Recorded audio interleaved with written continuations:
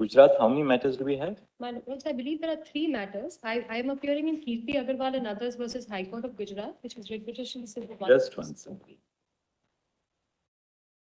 There are 2 other petitions from the Gujarat High Court. You can mention yesterday's number because it'll be so much easier for us, because we have just. 501.15. 4 and 1. 14 and 15 are connected, right? There are 3 petitions, I believe, my lords. Soumya and others, Kirti Agarwal, 14, 15 and 16. Thank you.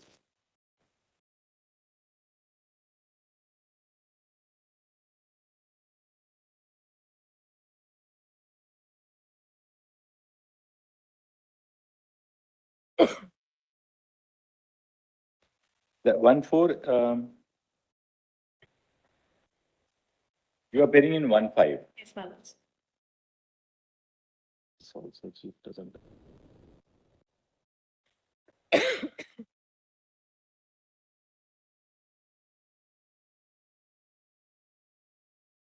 My lords, at the outset, I must say that there is a difference between the matters that were argued yesterday and my matter, in so much so that the question of the reference of Tej Prakash is not directly involved. The common link, of course, is that there is illegality involved that we are But then challenging. why should we'll send this back to the 2 judgments. Your challenge here is basically on the ground that Shetty Commission as well as All India judges says the cutoff should not be imposed at all. Yes, my lords. That's the point. Yes, ma'am. And my lord, what has happened? That's not the issue for a difference. That is why it is my role, my lords, as an officer of the court, to Some mention of them are saying that. that it, Won't be covered by the. Gujarat matters, you are saying the same thing, right? that is right, my lords. Then the point was whether the There is a right whether the impose a right to cutoff. impose a cutoff at all in view of the judgment in view of the Shetty Commission report and the judgment in All India Judges Yes, Association. ma'am. The only difference, my lords, is that subsequent to the Shetty Commission, where a specific direction was given to all the states to implement, the Gujarat High Court in the year 2005 had in fact amended their rules in terms of the All India Judges In Association. your case, the rule itself in 2011 provides for a Viva Voce test of 40% and a cutoff. That is right. Which you challenge the That is validity right. of that. Whatever. So this is not this does not arise before the Constitution bench. I appreciate that, my lords. There is a difference in the question, but we are still challenging it on grounds of illegality, and there's a That's judgment. regular. May I just have 1 second, Lord? I'm appearing for the High Court, my lords. Yes. Lord, these rules were challenged, carried it up before this honorable court, and SLP was dismissed. I must point that out. That you will mention before. That you can mention before the regular bench, actually. Very well. And Milord, then you'll kindly consider whether this should go with Salam Samarjeet, which was referred by Lordship yesterday to the 3-judge bench, or these matters should go to 3. Because there is no difference of opinion here. That Samarjeet was because of the But difference of Miller, exactly the same issue again. Salam Samarjeet was again on the same issue. Oh, I see. My lords, We refer it to a 3-judge bench. But the thing is, the moment I say 3-judge bench, it's Something else.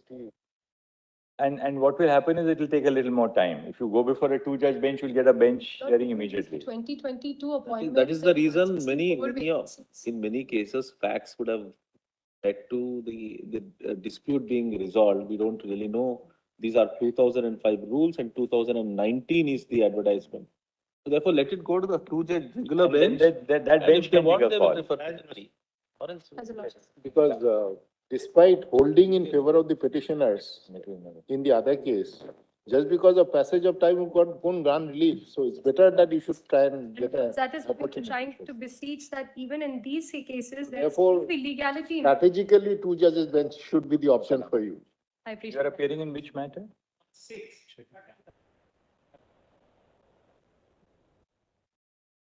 This?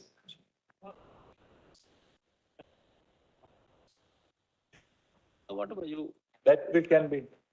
argue. The learned counsel appearing on behalf of the petitioners, Gujarat wale matters mein, the learned counsel appearing on behalf of the petitioners are agreed in stating before the court that the issue which has been raised in the reference to the Constitution bench in Tej Prakash Pathak, Pura Naam Le Lo, does not arise in this batch of cases. Full stop. Hence, it has been submitted that the matter may be placed before an appropriate bench for disposal. Full stop. Mr. Nikhil Goyal, appearing on behalf of the Gujarat High Court, also has no objection to this course of action. Full stop. Hence, these three petitions shall be dealing from the batch of cases before the Constitution bench and shall be placed by the registry before an appropriate two-judge bench for taking a considered view of the matter. Manoj's only request is for it to be early listed, Manoj. The registry shall do so within a period of 2 weeks. Regret the opportunity of appearing before your lordships. Yeah, we were also thinking that you would appear in the argue. This is a very interesting point to argue.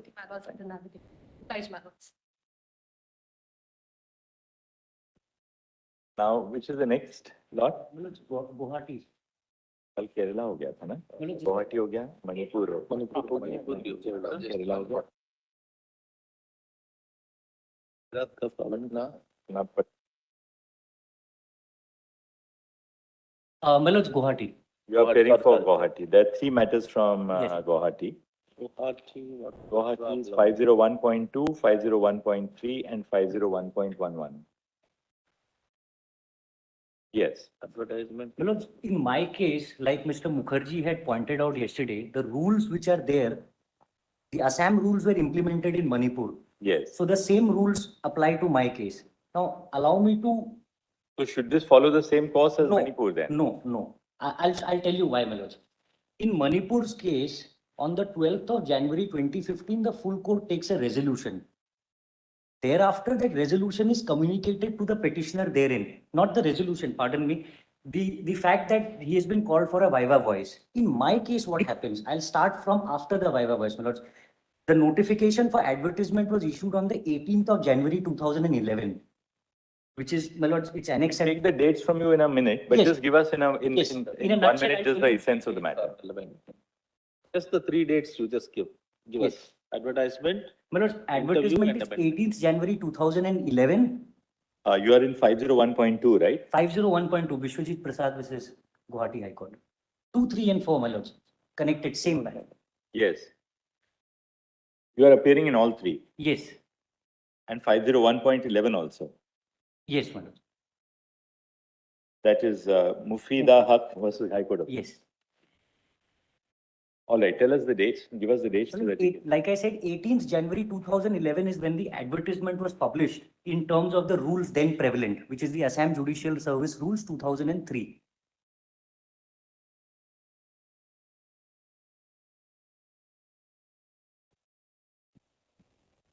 Rules 2003. Yes, madam. Yes. Because thereafter the preliminary examination, I'll not give that, that's not really important, my lords. I'll come straight away to the viva voice. My lords, the viva voice was conducted 29th October. on 29th of October 2011. My lords, now this is where the difference starts. Now, the rules say, which Mr. Mukherjee had shown to you yesterday, Complete the dates so that. well, 29/10/2011 is the viva voice, and the select list, which is the final list declaring the successful candidates, was published on the 1st of December 2011. So this entire process took a period of 12 months, right from January until December. Right.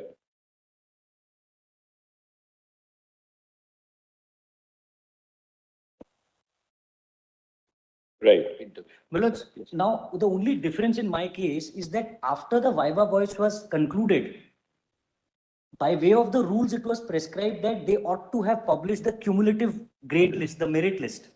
Now, in my case, there was no merit list which was published at all. So when the results were declared on the 1st of December 2011, they only published the names of those 5 candidates out of the 19 candidates who were called for viva voice to be selected for the grade 1 services.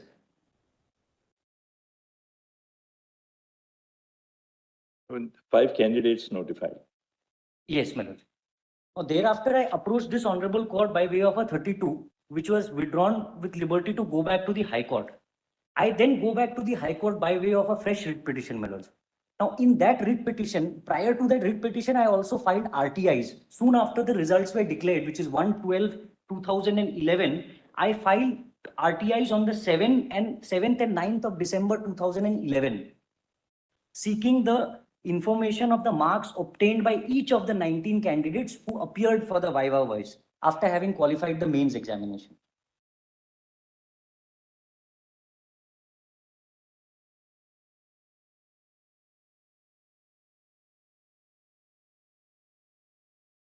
So Viva was conducted for 19 candidates. 19 candidates.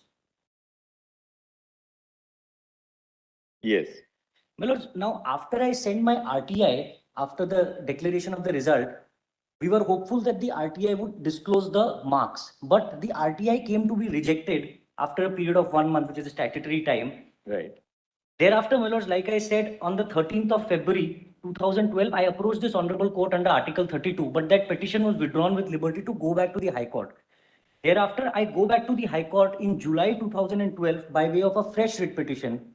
Now, my lords, this is where the interesting part comes in, that until now, I don't know what my marks are, what I have obtained either in the mains or in the Viva. Yes. Now, before the High Court directs on the 8th of November 2012 that you please disclose the marks to the unsuccessful candidates who are petitioners before the High Court. So then by way of a letter which was issued to me by the High Court on 9th of November 2012, the marks were disclosed to me. My marks, the unsuccessful candidates and the 5 petitioners who basically approached the High Court.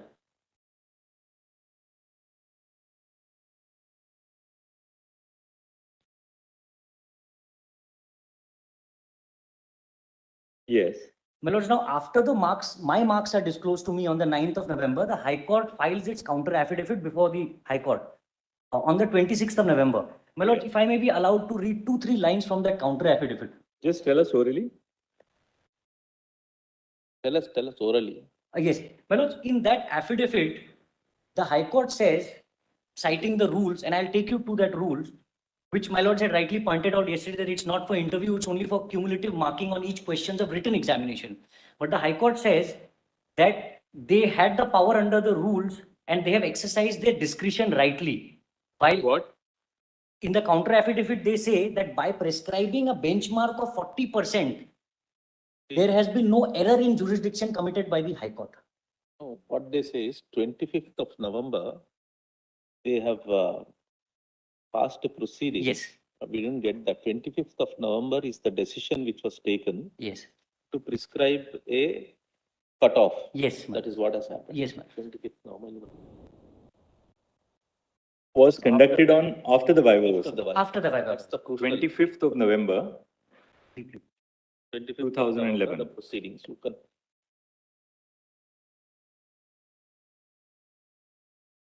So that you are saying post-interview. Post-interview, my lords, they have introduced a benchmark and they have said they have exercised their discretionary power while exercising that benchmark. Now, my lords, without getting into the judgments and everything, we are not challenging the power of the appointing or selection authority to fix any minimum marks that they can fix. That's a matter of policy decision. What we are challenging, which is why I say that we fall under the reference, is because those rules were made applicable after I played the game, after I participated in the interview.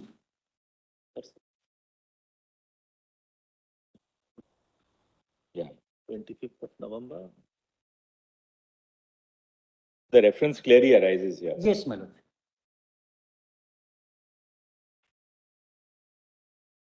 If I may clarify, there is a factual error. I'll point it out once. Just tell us in a second. I mean, we can. Cutoff mark was fixed for language paper, paper 4, not for Viva.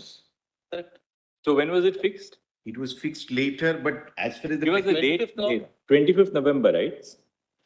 When was the cutoff for the language it is paper fixed? prior to the Viva voice, because only those who scored Just give us that. Crucial point. Yeah, that's the What most you must important. specific date it is coming, because the rule So doesn't. just give us the date.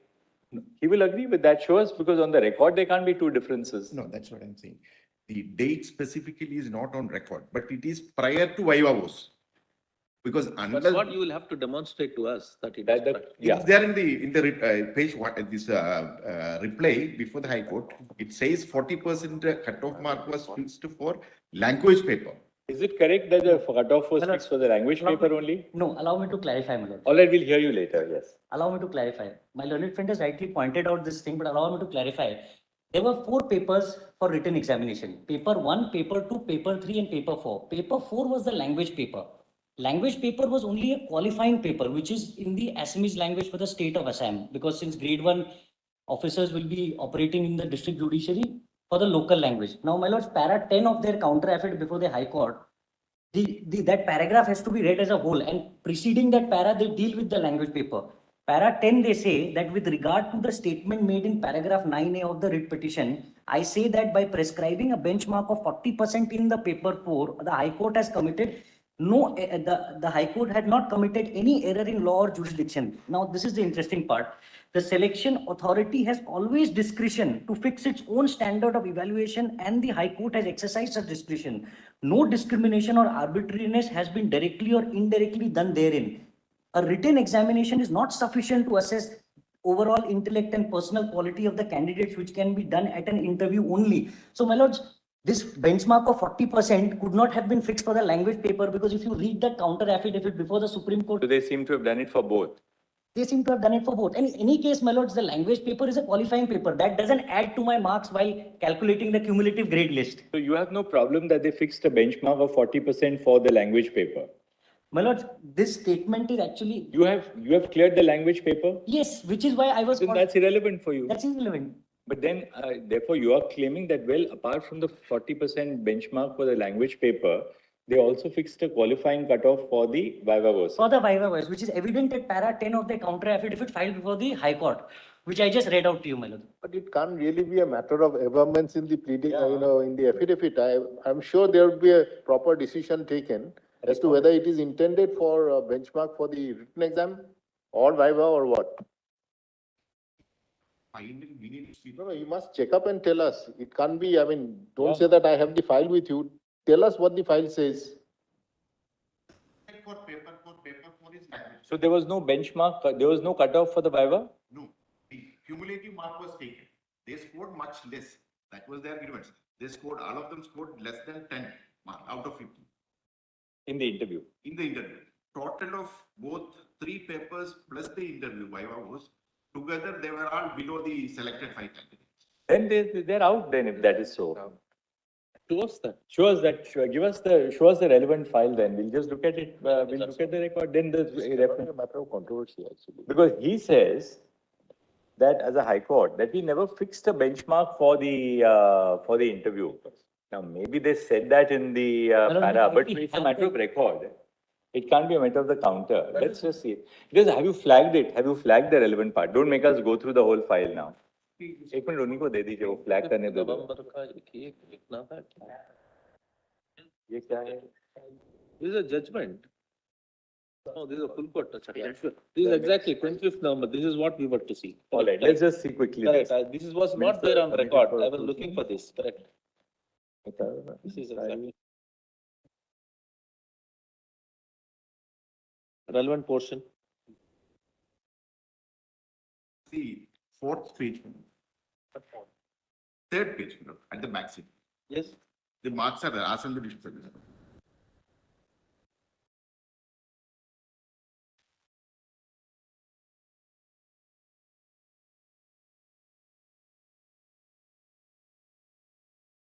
This is the committee report. This was approved by the full court.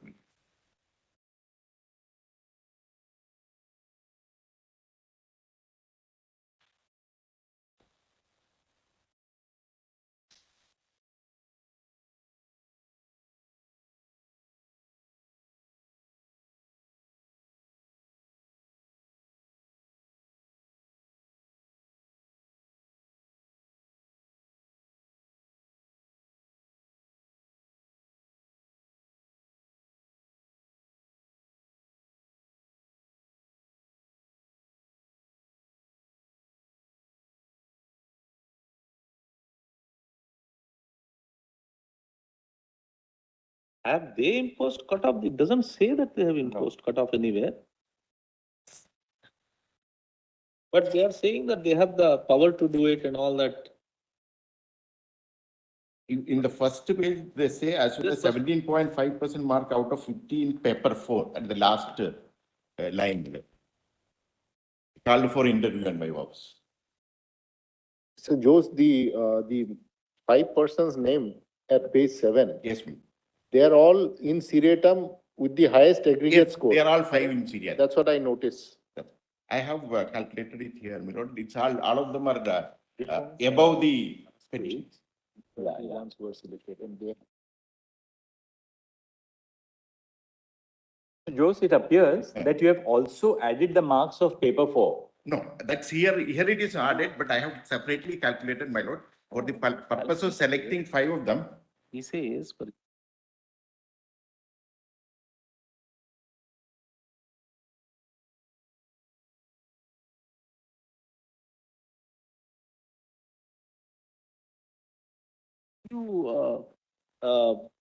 minimum prescription on the basis of which he was excluded.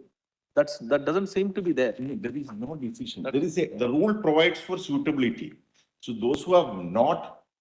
But contrary to what you are saying that, we never took the marks of paper 4 into account. Right. You have to only qualify. You have added the marks of paper 4 also.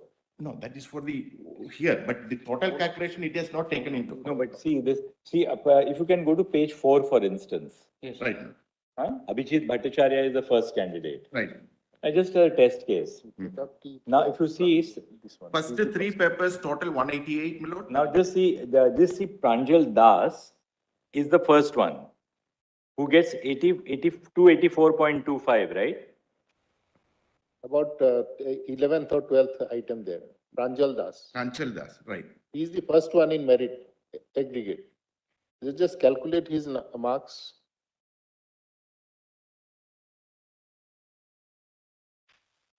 Sorry, on page 4 only. Page 4, the chart. Pranjal Das is the highest candidate, yes. 284.25. All right, take the first candidate, Abhijit Bhattacharya. Right. Take the first candidate, Abhijit Bhattacharya, right, who gets 257. 257 is the total of 74 plus 67 plus 47 plus 29 plus 40. That's right. So you added the marks on paper 4 also. No, that's for making a statement, my lord. But all right, then. Total of first 3 papers and the interview comes to 228. 228. 228. Okay. So, if I can just say who are all the selected candidate, the marks, my lord. The first selected candidate was Pranjal Das, right? That's right, madam. So, who gets 81 plus 74 plus 56 plus 42 points? That's 253.25. Okay. Total of 3 plus 1. Okay. Likewise, for all the other candidates, selected candidates, you only took the 3 papers plus the interview. So you didn't apply a cutoff in the interview at all. The interview, there is a suitability clause. But did you say that you must get a minimum mark in the interview? No, it was not stated anywhere. At least on the record, it is not there. Because all the 5 persons who are selected are above those who are petitioners here. Oh, I see. On total of 3 plus 1. None of them were rejected on the ground that they didn't get 40% in the interview. No, that's not at all. It is not borne out of the record. In fact, the page 6, the top paragraph. They went by Schedule B instructions. That's right, Schedule B. Schedule B instruction. That paragraph we read, the top paragraph. It says, in other words, the selection has to be made on the basis of the aggregate marks secured by the candidates in the written examination and viva voce.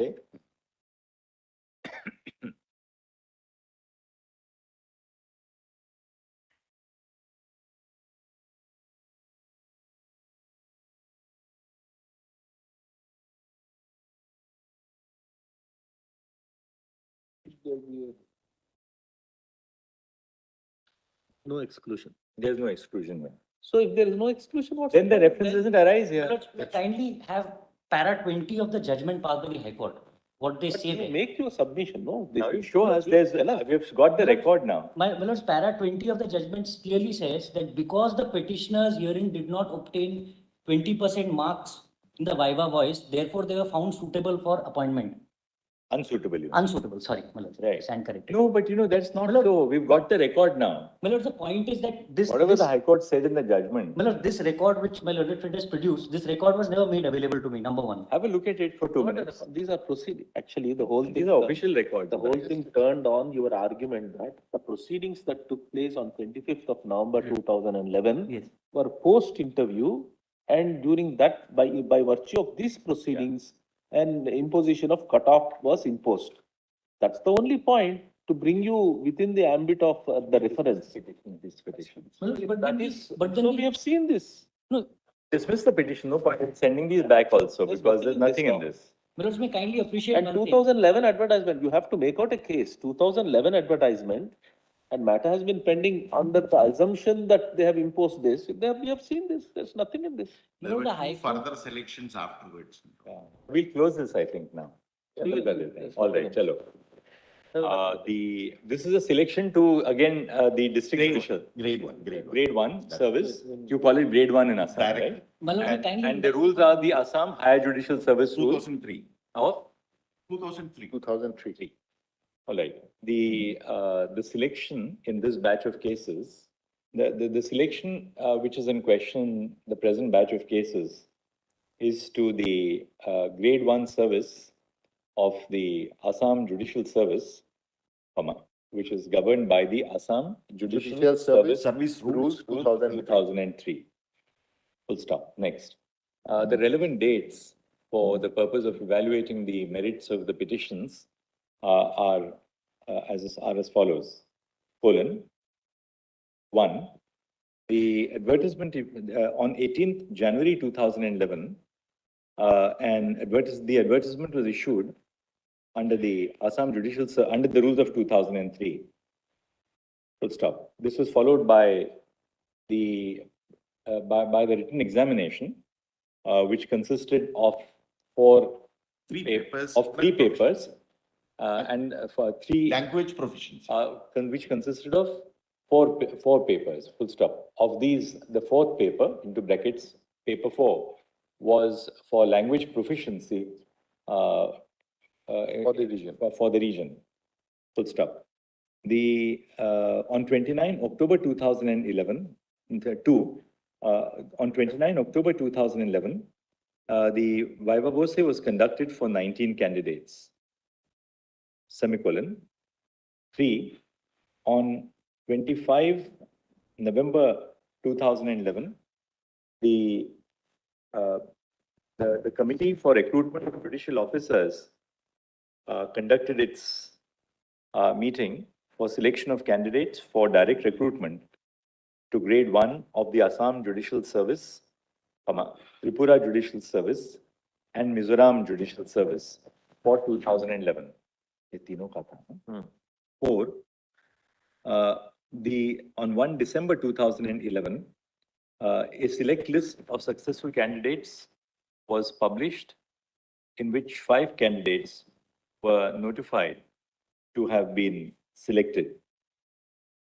After withdrawing a petition which was filed before this court under Article 32 of the Constitution, the petitioners moved the High Court in a petition under Article 226 of the Constitution. Full stop. During the course of the hearing of the petitions, the High Court directed the disclosure of marks, following which marks were disclosed Only of the unsuccessful candidates. to the unsuccessful candidates who are before the High Court. Full stop. Next. The submission which has been sought to be urged before this court is that you lost before the High Court, right? I lost. The petitions failed before the High Court. That's my thing.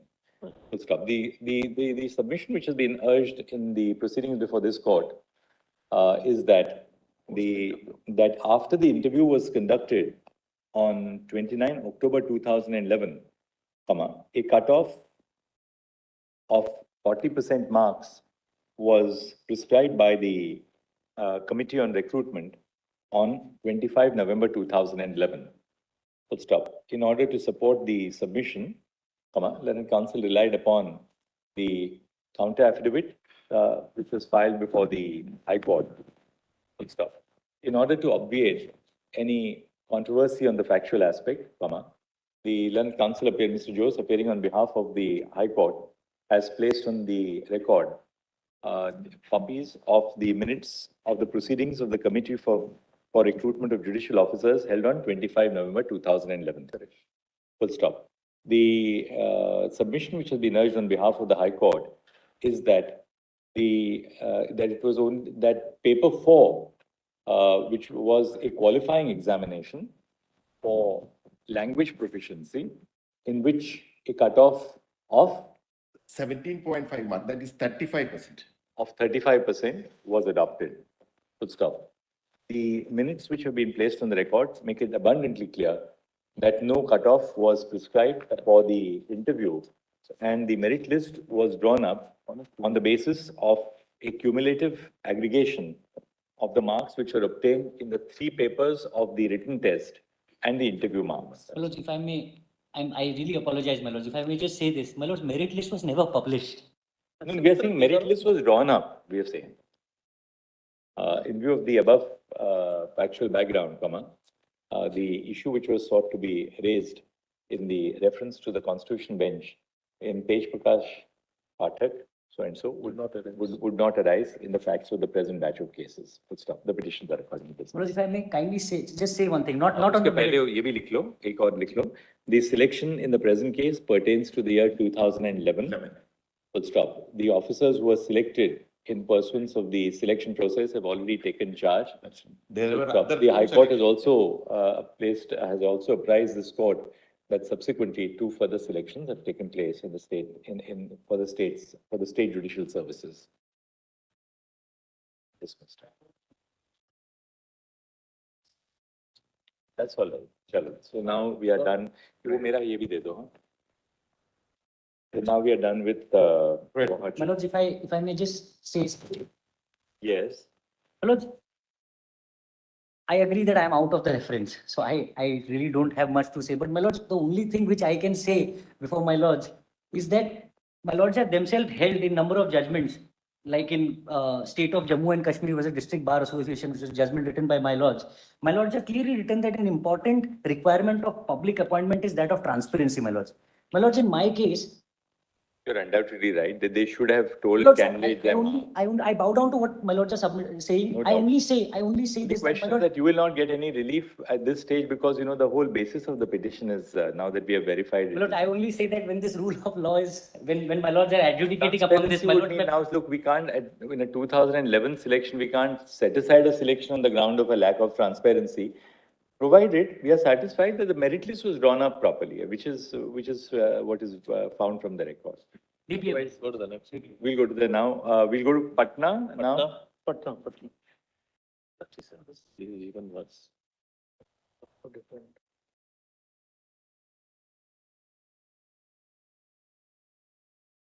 Right. Sending Yeah, them so back as again. what your lordships indicated that your lordships thought, what I thought is I put my submissions in 5 pages, though these issues don't arise, but since your lordships thought if I could assist your lordships on these 2 issues, I thought I'll just put it down, and I'm sorry, it's just hard copy because I just, No. this lordships have it. But we will now first see the facts. Whether it will arise or. Does it It doesn't arise? arise at all. I said yesterday. It doesn't arise. Moderation. For the evaluation process. It doesn't The arise at all. I evaluation said process yesterday, That but has since your been lordship- the challenge in the writ petition. You have not. But The what I issue was- is not arising in the present matter.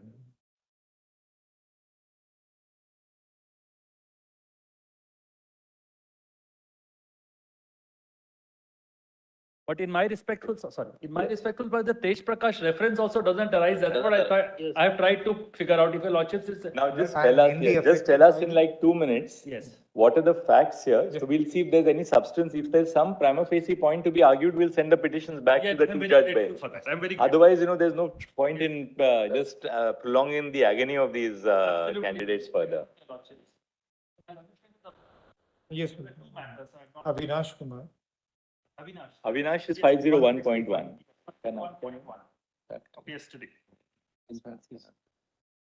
But the advertisement in this case was published in 2015, in January 2015.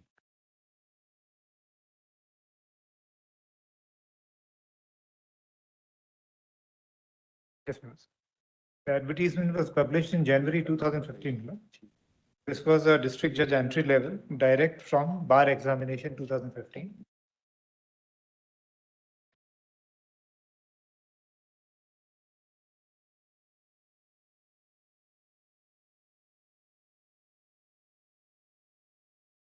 On 22nd March 2015, a screening. Today it is 501.7. Yesterday it was 501.1. Yes. This is writ petition 165 of 2017. Madam. Yes. Madam.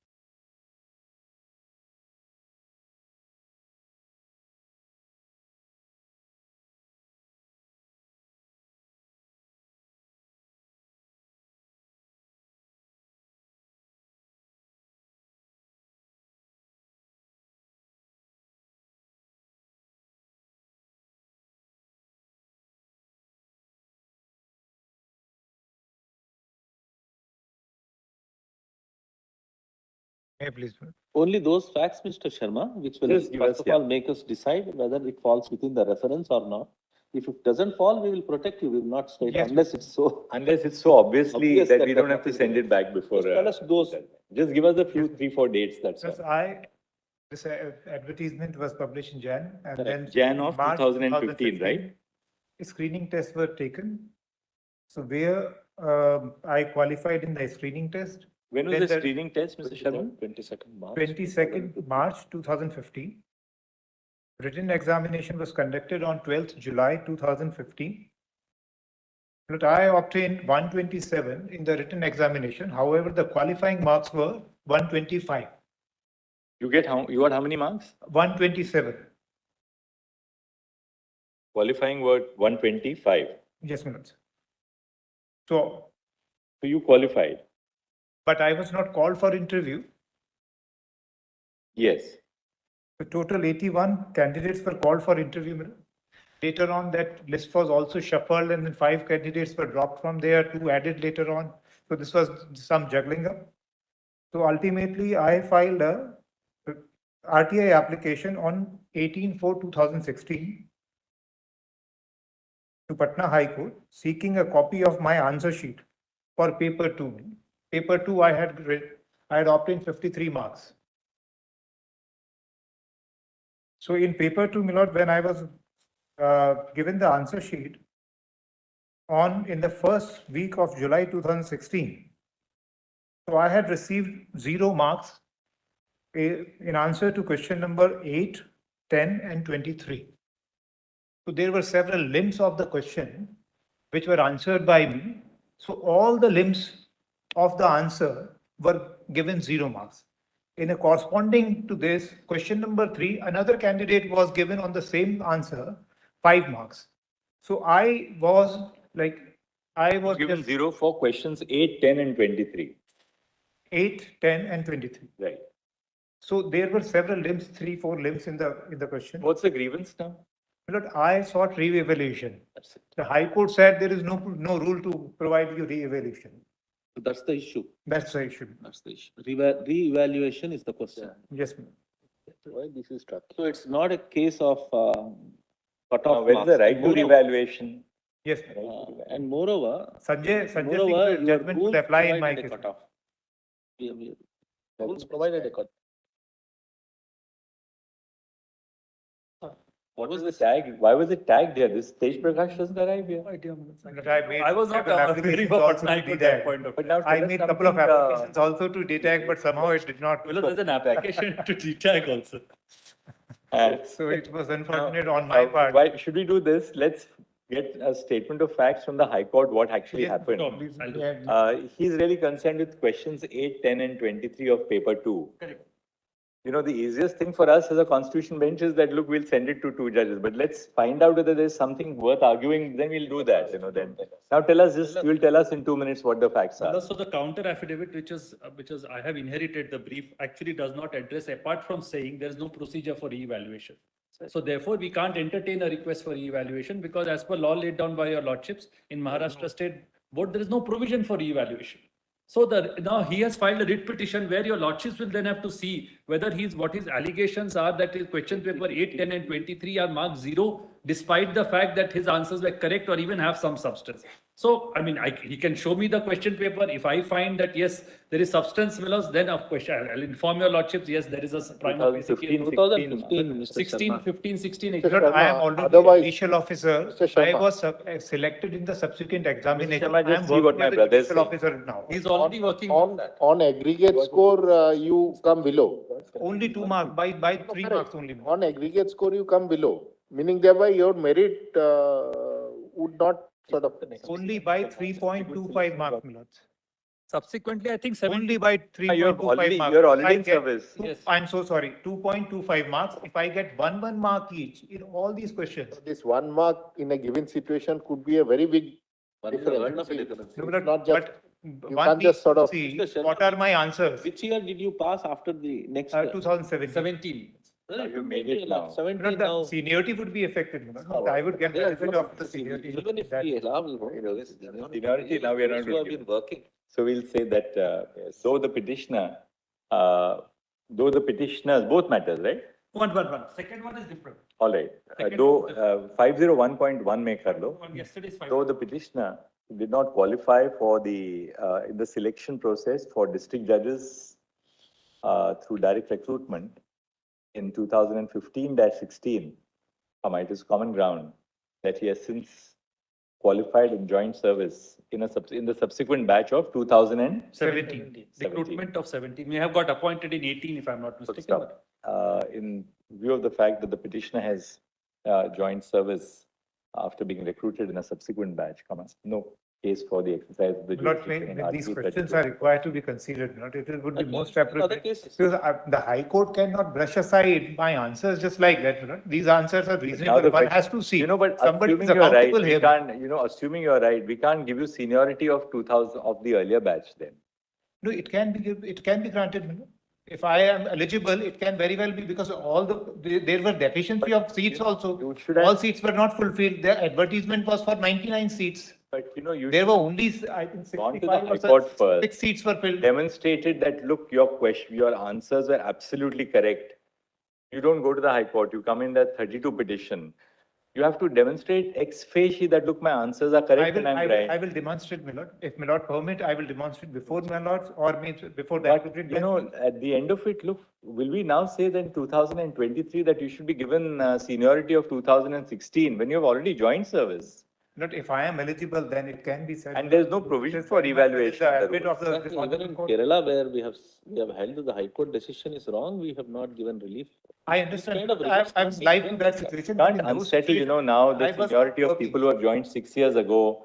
Other people have joined service 6 years ago. We can't now suddenly unsettle seniority in service. The answer to this would lie in the very fact whether there were leftover vacancies of that year or not, and whether they were filled subsequently or not. So if there were leftover vacancies and they were not filled in subsequently, then my lien can come into play. If I prove my case, then in that case, I can be. Evaluation. No, Mr. The rules Sharma, are we'll until take time. that. We'll consider. The principles of justice, my lord, this is against No, Mr. totally Sharma, we entirely. can't now. We against must also look at the natural justice, concerns of and the that's also service. by a high court, my lord. In What's the other This 501.2? calls for interference, my lord, with deep, What's the other great. 501.12, Respects, madam. the High Court had amended the rules and provided minimum marks in the interview. So, and that rules are in substantive challenge as being contrary to SETI Commission. There is no rules. Rules of the game have not changed during the selection process. So, advertisement and the rules provided for minimum marks, and they have challenged the validity of the rules being contrary to SETI Commission. So, I'm not sure why it is here, Like that, but this is the substance. Let me kindly post it before a two-judge bench. It would be most appropriate, my lord. I will plead my argument before. The issue which has been raised in the reference to the Constitution bench in Tej Prakash Pathak, Pura naam likho, does not arise in the present case. Full stop. The petition is detached from the Grateful. batch of matters and shall be placed before an appropriate two-judge bench by the registry at an early date, Let me fix some time, the 2 weeks as early. within 2 weeks. Deeply grateful. No, this is 501.12. 1-2. Milord, in my case, No, your matter is 501.12. Milord, I respectfully submit only one. Dictated the order very softly. Dismissed. No, Milord, I am so sorry that I missed to hear it, Milord. No. Milord, Anyway, now the we'll take up only position that Rajasthan. has to be- Now we'll take up Milord, just Rajasthan. one last submission, Milord. The only situation that has to be seen by this honorable court at this stage, Milord. What were the leftover seats at that time which were not, completed? And then whether they were fulfilled in the subsequent years or not. There are vacant seats for that year. So it is not as if that I will overrun someone We'll not give you in my notional selection seniority. of that year today. No, Mr. Sharma, we can't give notional seniority like this. Yes. Rajasthan now. Rajasthan, who's appearing in one thing Tej can be Prakash added, Pathak? Tej Prakash Lord, Pathak. Just one thing can be added, may not replicate the very stance taken by the High Court in this matter. All right. Tej This Prakash. requires consideration. All right. Tej Prakash Pathak now.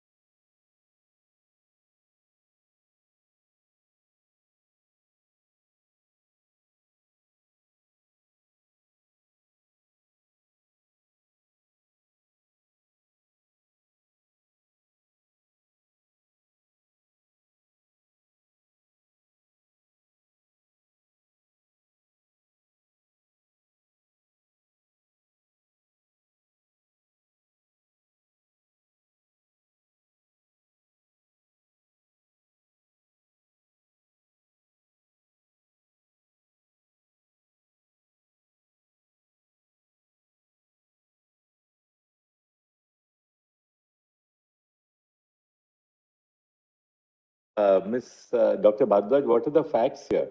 Lordship. This is What is the item number? The reference order that This clearly is- captures the facts also. So if you Reference look, order. 2009-10. 9, 10, selection is of 9. Lordship. And for translators, who Lordship, I will just explain if my friend he allows.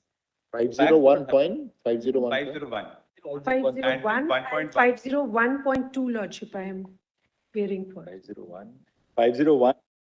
1 point? Tarun Kumar and Tej Prakash. All three, the first three. 501.9, yes. Lordship, I have no idea about the third one, but yes, I am appearing in two matters, Lordship. 501 and 501.9. 9 and 10. She is appearing in 501.9. 1 and 9, I am appearing, Lordship. Mukesh Jain is same. Same. Same Same is selection, there, Lord. all same. And what about, all right. Only 3 matters are there, Lordship.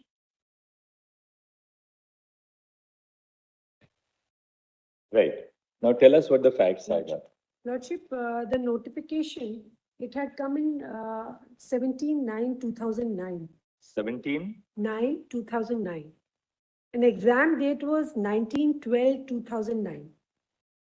What was the notification for? For holding the exam for? Lordship. For translators. It was for employees who were actually working as a judicial clerks, UDC, in Rajasthan High Court. They were already in services, Lordship. And this notification for those employees who are already in the job and just to shift, promoting to the This translator. was for in-service employees. Service employee. Lordship, 21 eligible of employees were appeared in the test held on 19/12/2009. There were 13 vacant posts of translators which was issued on 17/9/2009. Applicants applied as per eligible qualification which was possessed by them, which was only MA in English, Lordship.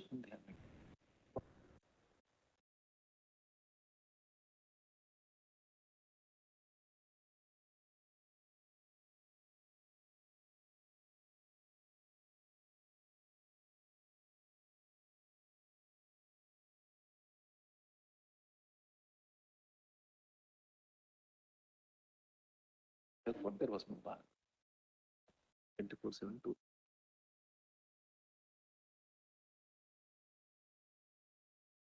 Can I read Go notification ahead. of Just tell us, give us the date, give us the dates.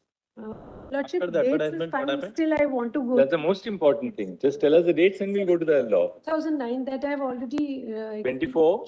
17/9/2009, which was a notification, which was actually the Rajasthan High Court Staff Service. Applicants were invited for giving performer for the recruitment of 13 vacant. Right, you told us. And 21 appeared on 19/12/2009. Lordship. Then? And Lordship, then the result was declared On? On 22/2010.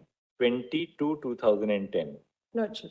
Lordship, till now, we were not aware that the rules were changed one day before 19/2/2010, which we came to know actually when once we filed writ petition before the High Court, and there when the counter affidavit was filed by the respondent. 19th it was February. 19th, your results were declared on 19th 20th. February 2010, the 19th, notification. they have imposed the 75%. 75%, Lordship, which was not even there, the Right, minimum right, and maximum, right. nothing was explained. It was for translators, which was actually to Hindi to English and English to Hindi. That was the only test prescribed in the 2009 notification. Kept vacant, only 3 were taken. Lordship, the employees who were actually, they had appeared in these examinations, which were my petitioner. We all are petitioners. They had scored 71%, 69%, 68%, 68%, 66%, Lordship. How much? 71%? 71%, 69%, 68%, 68%, 66%, 57%. Below 75. Lordship. And Lordship, these were the marks which were actually they got, which they were not even informed, even till when I filed my writ petition, I was not aware.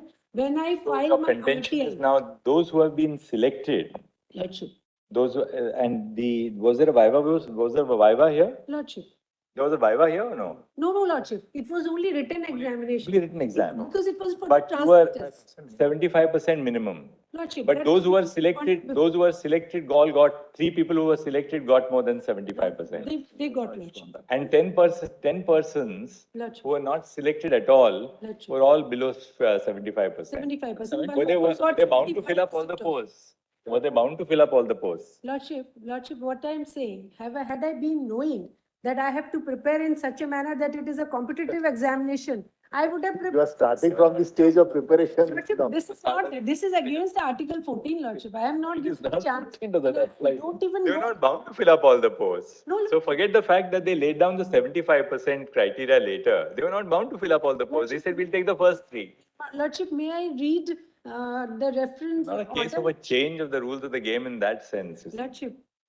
And Lordship, I want to read. See, in the earlier case, for instance, the Kerala case, what happened was, Lordship. yesterday, which we heard, because of the fact that there was a change in the rules of the game, then though these people who were excluded, they had higher marks in the aggregate, they were still not selected because they didn't get the minimum marks in the interview. Lordship, in That is the problem. Lordship. Here, all of you are anyway Lordship, below 75%. The merit They just stopped Yes. at one particular Only point. one line. There's, in the other cases, there was a revision in the merit list because of the change. There's no revision of merit list. It is still the same. Top 3, top 5, 75%, above 5.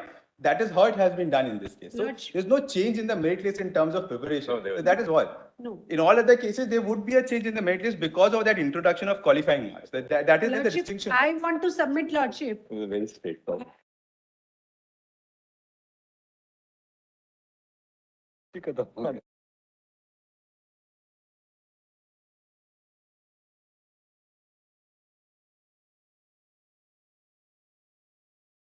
Lordship, 2002 rules I have filed, Lordship, and I have given the copy also.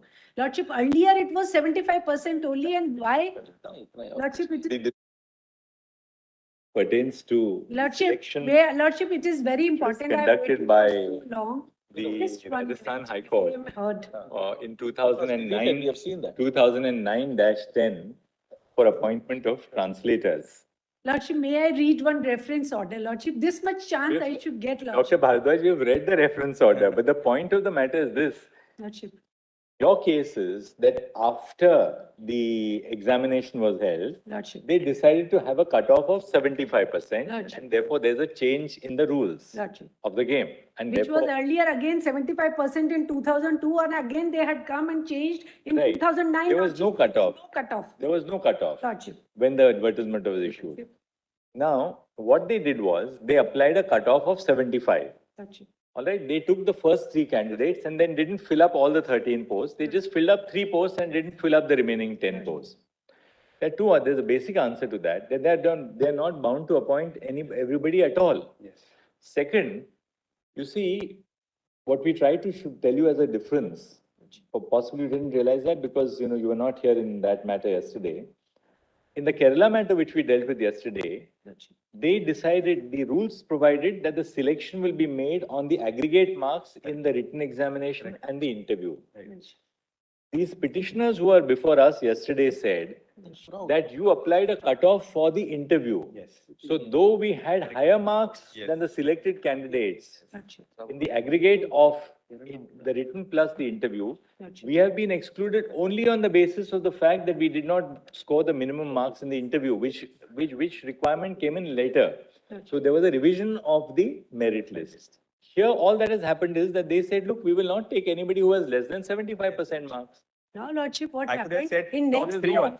I could have said top 3 next- also. Instead No. of saying 75, I could have said Then top. what happened? Next year again they took the exam. They kept 75%. Nobody cleared the exam. 0. Nobody was taken. That is what the Then translator is an important post for us. to We have the right judgment that have to be that translated. no There are so one- many no things that have to be impact. translated. will take Dr. Bhardwaj, this touches the first point that you made, Lordship. that you will have to prepare harder. Lordship. This is the first point that you made. Lordship. That's why. Lordship, it is just the thing that now why did they come now? Again, the minimum maximum, there is nothing. You can come again because they did not get on 75%. That was the only year.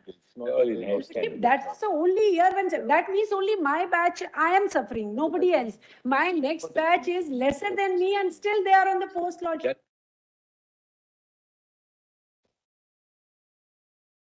Test of arbitrariness, Lordship. Full stop. The selection was for in-service candidates. Full stop. The notification for the examination Lordship, was I issued on apologize. 17 September 2009 for a total of 13 posts. Full stop. 21 candidates appeared at the examination on 19 December 2009. Full stop. The result was declared on 20 December 2010. Full stop. The grievance of Dr. Ritu Bhardwaj, Learned Counsel appearing on behalf of the petitioners, is that initially on 24 July 2004, the cutoff, which had earlier been prescribed in the written examination, had been removed. As a consequence of which, on the date of the advertisement, there was no prevailing cutoff for the written test. Full stop. Learned Counsel submitted that on 19 February 2010, 1 day prior to the declaration of the result, the High Court decided to impose a cutoff of 75% marks in the written test. Full stop. This, it has been submitted, is arbitrary since it would amount to a change in the rules of the game midstream. Full stop. On the other hand, the submission of the High Court is that, as a matter of fact, is that the High Court decided to take only 3 candidates who had more than 75% marks, having regard to the fact that translators were being appointed into translators were being appointed. Full stop. Next. It is a settled principle of law that it is that the authority which notifies a selection process is not liable, is not bound to fill up all posts. Full stop. However, it is equally well settled that such a decision must stand the test of fair procedure, of fairness.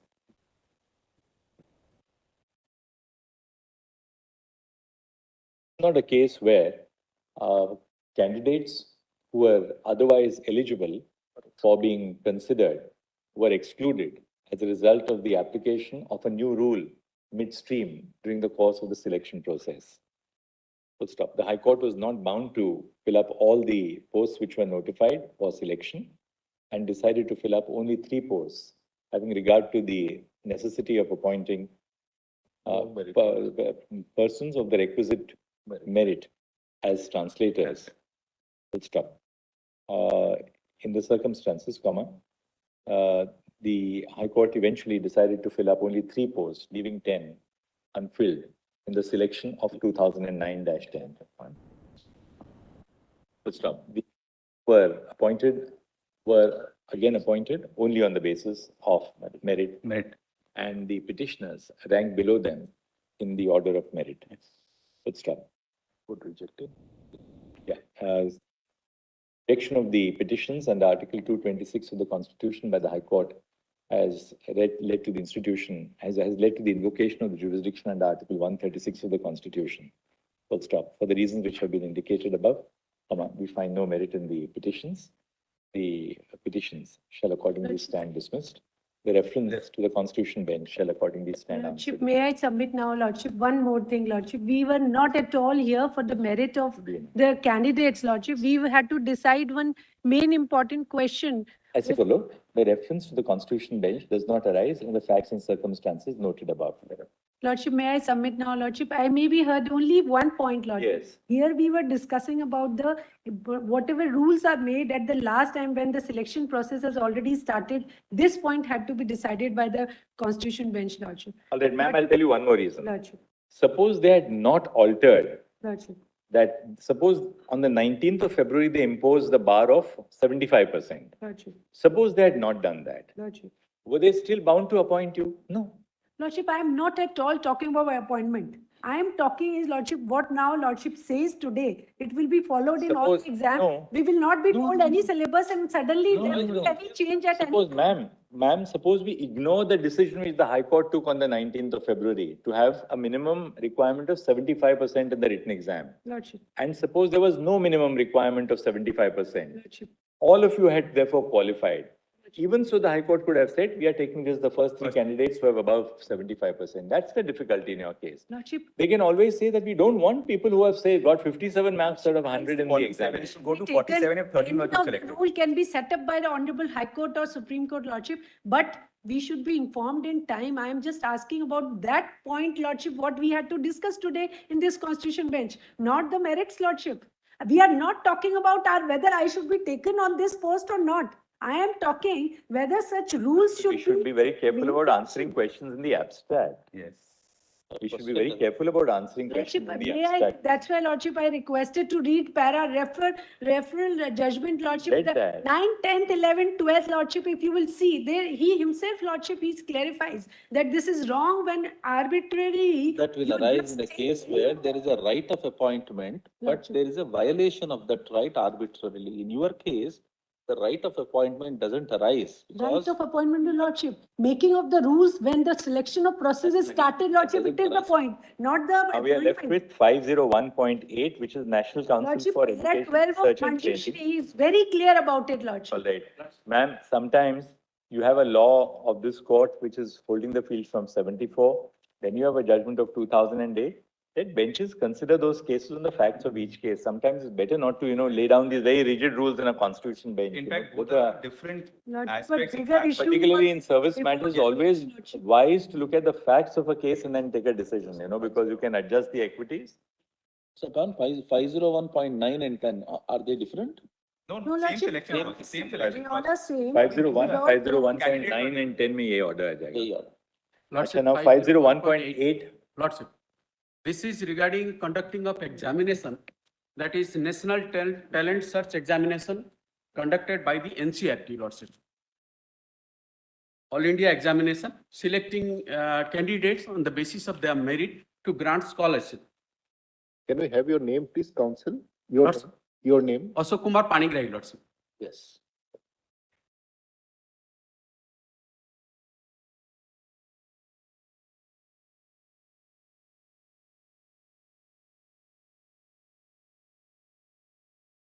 ये matter होने के बाद and before we take up the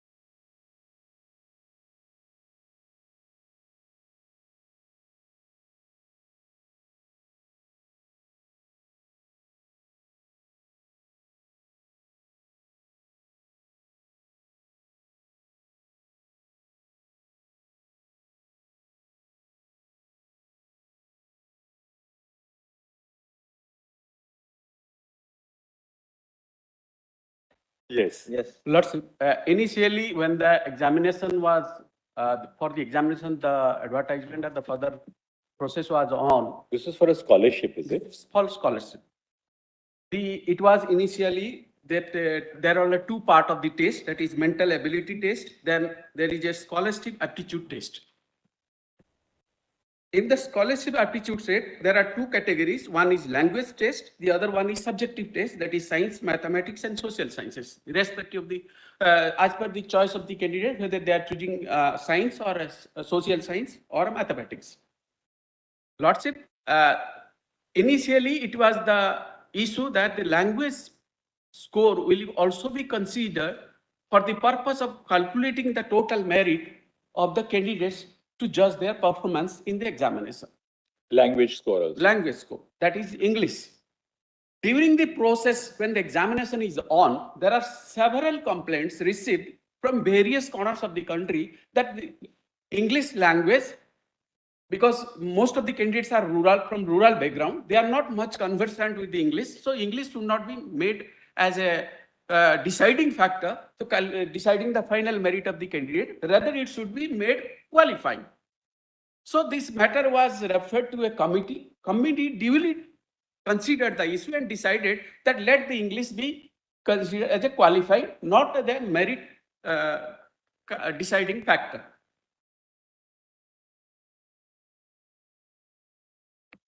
Yes. But the issue is that this was done when the examination was on. That means the candidates are already applied and they already appeared in the one part of the examination. The other part was to be followed. So during the process, this decision was taken to make the English qualifying. But there are certain candidates, those who have scored very well in English, they made a complaint. So after declaration of the result, he's saying that look, if our English mark would have been considered, we would have. Now, where does your candidate client fall? I'm for the institution, Lordship. I'm not for the candidates. Because the Rajasthan High Court has allowed this petition relying on the judgment of K. Manjushree and this Samarjit, which is on the draft. Tell us one thing. Oh, I see. Now, therefore, the committee said that English should be treated as a qualifying mark and not for merit. Lordship. Some candidates who had scored high in English said that you can't. No, they went to read. To read High Court Rajasthan. The Rajasthan High Court has ruled in their favor, stating that, look, you cannot make this rule during this process because the rule of the examination cannot be changed, relying on the judgment which is under reference, Lordship. Now, what happened? Were the scholarships given to those then? No, the problem is, Lordship. What happened then? My result was, the read came after my declaration of result. Then?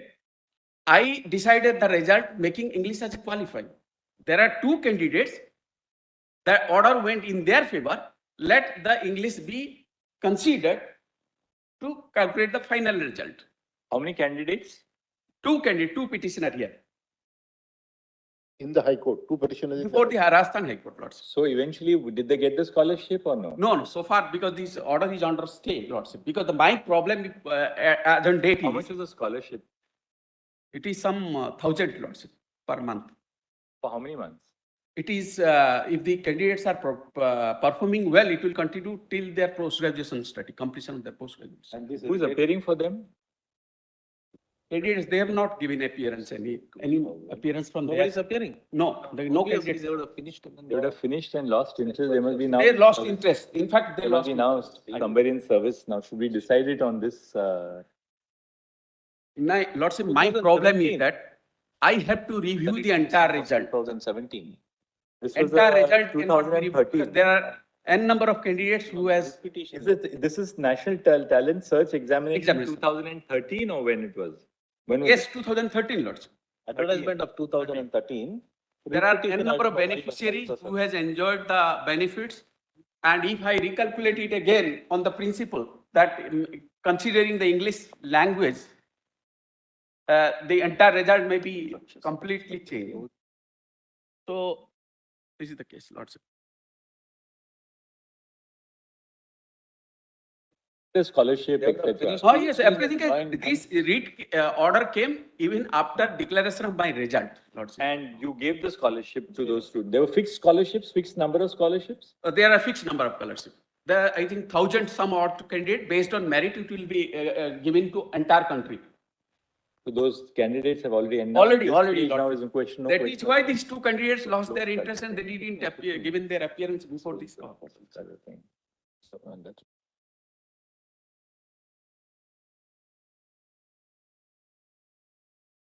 Matter here, I think. We'll Lord, set aside the judgment of the High Court, I think. You know? There's nothing. We'll say survives. Yes, Haripriya. The problem is today, the Tej Prakash reference says that Manjushri has not taken into account Subhash Marwaha. So while your Lordship has not addressed that issue in this judgment. It has not arisen in any case. Yes, so then your therefore in the Lordship will just previous clarify order. Manjushri will hold the field because it's 3 judges and Marwaha has 2 judges. Because when it eventually goes back, we will come back to this dispute whether Manjushri is... But that anyway held the field, right? Because it's a larger bench. Holding the field, but the view taken by the reference order in Tej Prakash is that Manjushri was passed without reference to Marwaha. And therefore, Manjushri has to be reconsidered. So today, the problem will arise when matters go before individual benches, whether Manjushri should be followed at all. But it's 3 judges. Marwaha has 2 judges.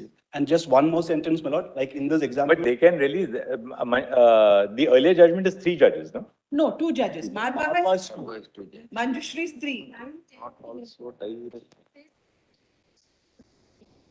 Your Lordship is right, these issues may not arise in these petitions, but the doubt is now cast. Because bro, in Manjushri para 12, in my learned friends, Mr. Bharadwaj's contention, Manjushri says, suppose there is no minimum cutoff, there are 13 people, you are bound to take the 13 best people. So you can't fix the cutoff. So that is what para 12 of Manjushri says. So if Manjushri has been applied in her case, she had a right to get the 13 people, first 13 had a right to get appointed. Now, because they introduced the 75%, people below 75% went off, which is why Tej Prakash says... But you know, then what would happen is that if you are bound to take the 13, yes, madam. Even if the 13th has got 40% marks, you're bound to appoint him as a translator. But that is that's a practical difficulty. Absolutely, I understand. But in the future situations may arise where people who have got 74, 73, 72, they won't take the 13 because they say we fixed a cutoff of 75%, which came after the results. So if you strictly apply para 12, factually Lordship is right because there was no minimum. So somebody gets 1 mark, 2 marks, 3 marks, they may have to be taken. I understand that. But law. And if I may The point is, where do we arise somewhere in a given case? It doesn't arise in these cases really. One more submission, or no, in Tej Prakash. No, what could be done is when the matter we have now referred to two regular benches. Yes. So this could be thrashed out before the same 2-judge bench and let them apply their mind on the facts and overall perspective. Then the matter will come for reference to. My only May I just make one submission? The Tej Prakash was passed by 3 judges, the reference order. Now, 3 judges have said that Manjushri has not taken into account Marwaha, which is 2 judges. And one more small submission.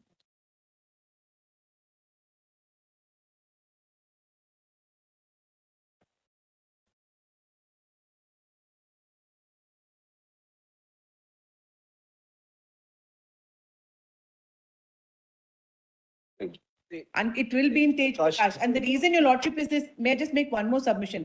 Tej Prakash proceeds on the basis. It doesn't arise properly. It doesn't arise. It is saying that. Because then we will have to say that they are duty bound to take all the 13, irrespective of the marks. Precisely. I agree with the Lordship. Which is that you have to issue a mandamus that you must select everybody.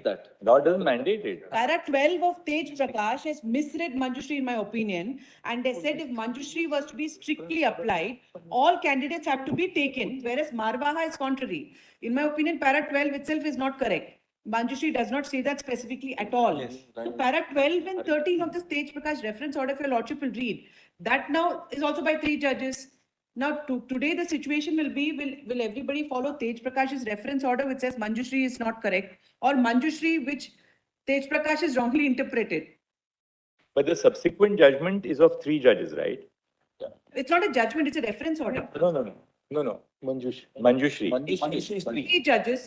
Now, you can't doubt as a matter of first principle, you cannot doubt a 3-judge bench judgment on the ground that it has not referred to a 2-judge bench. 3 judges have doubted it.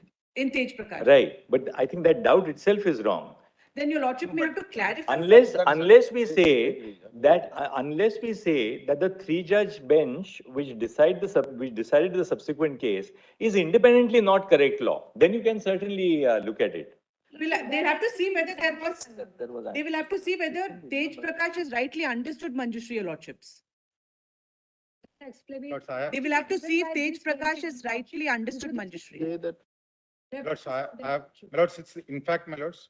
Because Manjushri does not say everybody has to be on that list. Specifically, there is no such All right, issue. we can do this. We can see the referring order in Tej Prakash. We will clarify. All right, in 5, and we'll just clarify it in 2 paragraphs so that we are then done with it. May make Because one otherwise submission, my that will be lord. left out. In fact, Manjushri was cited subsequently in many cases before this honorable court.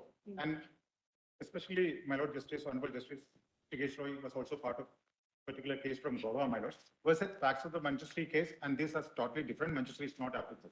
That was also a change of rules after the game is played. In fact, many cases, though Manjushri was cited and tried to link it or tag it along with the constitutional bench, this honorable court rejected that and said that it has to be decided in its fact side. And whereas That's right. Tej Prakash as well as Marwa, there is no case of cut-off marks in the interview. Yes, so those line was no- of Manjushri and line of Marwa is different. This has nothing to do with Tej Prakash, it's totally different. There's No conflict is a. Okay, we will. All right, let's do this. Let us do this. If it comes to it, let us see the referral order and the 2 judgments. That's all. It will take us 10 minutes to see that. All right. Lordship, in my case, the only problem is that post 2013, I am conducting the examination, making English, making. This matter will close because your matter now doesn't. This has become infructuous, really. No, Lordship, the reason is We are that. in your favor. No, that is all right. But with respect to conducting the examination, because the largest single judge has allowed this petition relying on K. Manjushri. That was affirmed by the division bench. I am before your lordship. Candidates has not marked their appearance. I think they lose their interest. But there is no law which has been laid down in this matter, in the facts and circumstances of the case, because the candidate respondents are also, it's for grant of scholarships. Yes, For Lord. 1 year period. No. Ah. It is starting from +2 to postgraduate.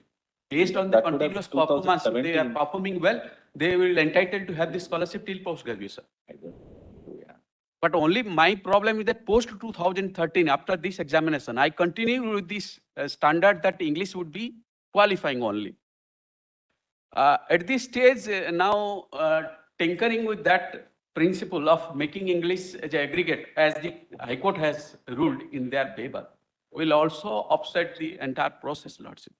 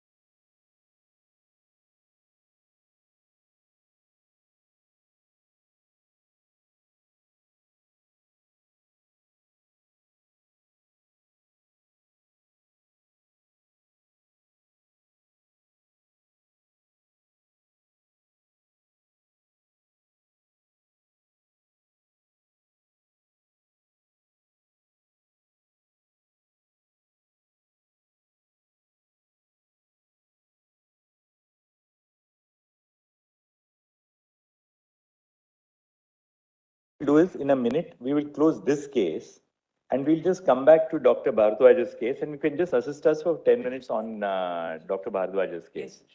We'll see if any conclusion may ultimately be the same, but if we have to just clarify the law in 2 paragraphs, we'll do that. I'm ready. Just say this.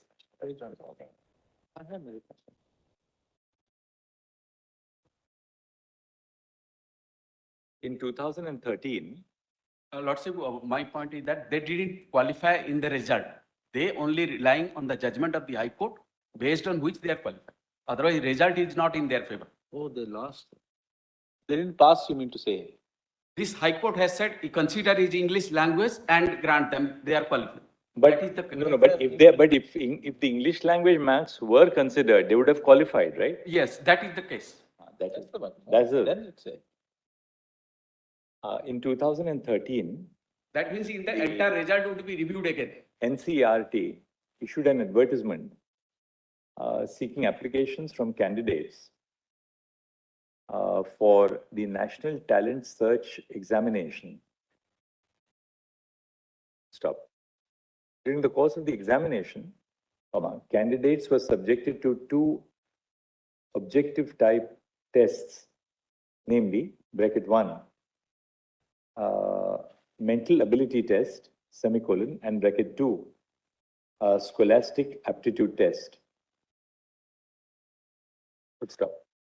The first and second respondents were students at the class 10 stage applied for the NTSE. NTSE. Full stop. Provisional results were declared.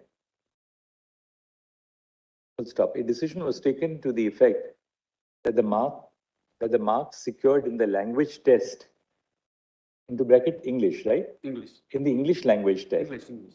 would be treated only for the purpose of qualification. Full stop. The first and second respondents did not qualify at the examination. Full stop. However, they obtained information under the Right to Information Act, in pursuance of which they were intimated that the marks which were scored in the language test were not taken into account in the final selection. Full stop. They instituted a writ petition before the Rajasthan High Court. Full stop. Their contention was that they were aggrieved by the decision to treat the language test only for the purpose of qualification, as distinguished from merit. Account for the. They were aggrieved by the language test being treated only as a qualifying test, and not for computing the merit, the aggregate marks in the preparation of the merit list. Full stop. It appears during the course of the submissions of the petitioners that the decision to treat the language test only for qualification was taken by a high-powered committee, which acted upon That's the only committee. Not by a committee. By a committee. Following representations which were received from students, particularly with a rural background, particularly on the basis of representations received from students that Students, the guardian. parents, Not because students are minor. representations received on behalf of students to the effect that treating the language test of English for the purpose of computing the merit list would cause serious prejudice to students, particularly from a rural background. Full stop. The single judge of the High Court allowed the petition under Article 226 and directed the petitioners to determine the merit of the first and second respondents afresh after considering the marks which were scored in the language test. Full stop. This decision was taken on the basis of the judgment of this court in K. Manjushri versus State of Andhra Pradesh, 2008, 3 SCC 512. Full stop. The writ appeal was dismissed by the division bench. Full stop. While on 12 February 2018, notice was issued in these proceedings under Article 136 of the Constitution, and the contempt proceedings which were initiated before the High Court were stayed. Full stop. Tag kiya hoga. The proceedings have been tagged together with Civil Appeal 2634 of 2013. 2634 is that Yes, Your Lordship. into brackets, Tej Prakash Pathak versus Rajasthan High Court, That is the main petition. in which a reference has been made to the Constitution bench on the basic issue as to whether the rules of the game can be changed midway after the selection process has been initiated. Full stop. In the present case, despite service, none has appeared on behalf of the first and second respondents. Full stop. We are not inclined to go into the broader question which was raised on the reference to the Constitution bench and the facts of the present case. Full stop. The judgment of the single judge would result, learned counsel appearing on behalf of the petitioner submitted that the judgment of the learned single judge would result in a situation where the entire result would have to be redone, since a conscious decision was taken in the interest of the students not to treat the language test as a merit-based test, but only for the purpose of qualification. Full stop. If the judgment of the single judge were to be upheld, as has been done by the division bench, the result would have to be recast at this point in time, nearly 8 years after the examination has been concluded. Full stop. In the meantime, following the declaration of the results, the national talent search, the scholarship following the national talent search examination has already been awarded to a large number of students situated all over the country. Full stop. In this backdrop, and without this court expressing any opinion on the broader question of law which was sought to be raised, we are of the considered opinion that it would be appropriate to set aside the interim judgment of the High Court, which we accordingly do. Full stop. The petition likhana humne, the appeal shall be granted. The appeal shall stand disposed of in the above terms.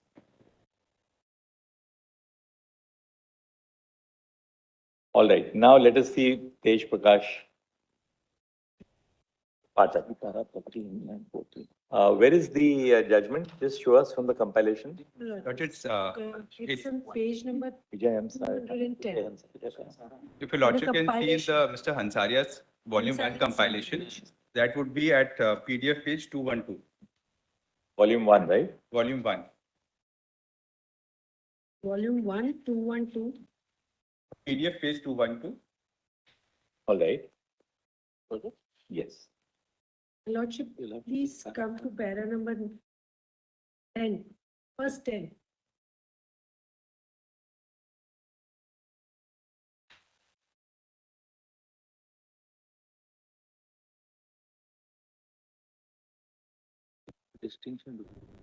Under the scheme of our constitution, an absolute and non-negotiable prohibition against retrospective lawmaking is made only with reference to the creation of crimes. Any other legal right or obligation could be created, altered, or extinguished retrospectively by the sovereign lawmaking bodies. Just a minute. PDF page, give me the page again. 212 starts.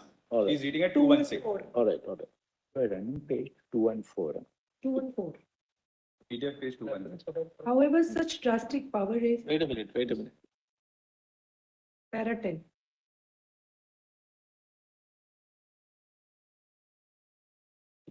However, such drastic power is required to be exercised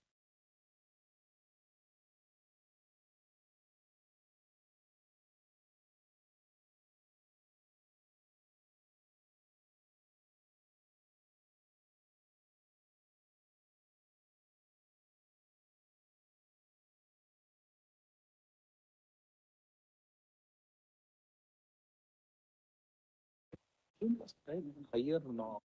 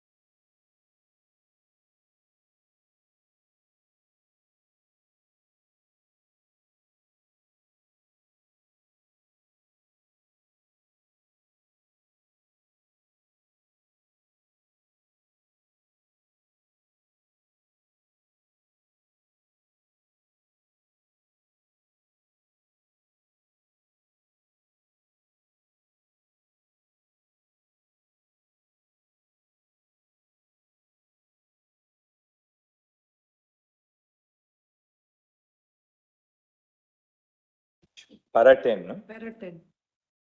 The scheme of our constitution, an absolute and non-negotiable prohibition against retrospective lawmaking is made only with reference to the creation of crimes. Any other legal right or obligation could be created, altered, extinguished retrospectively by the sovereign lawmaker.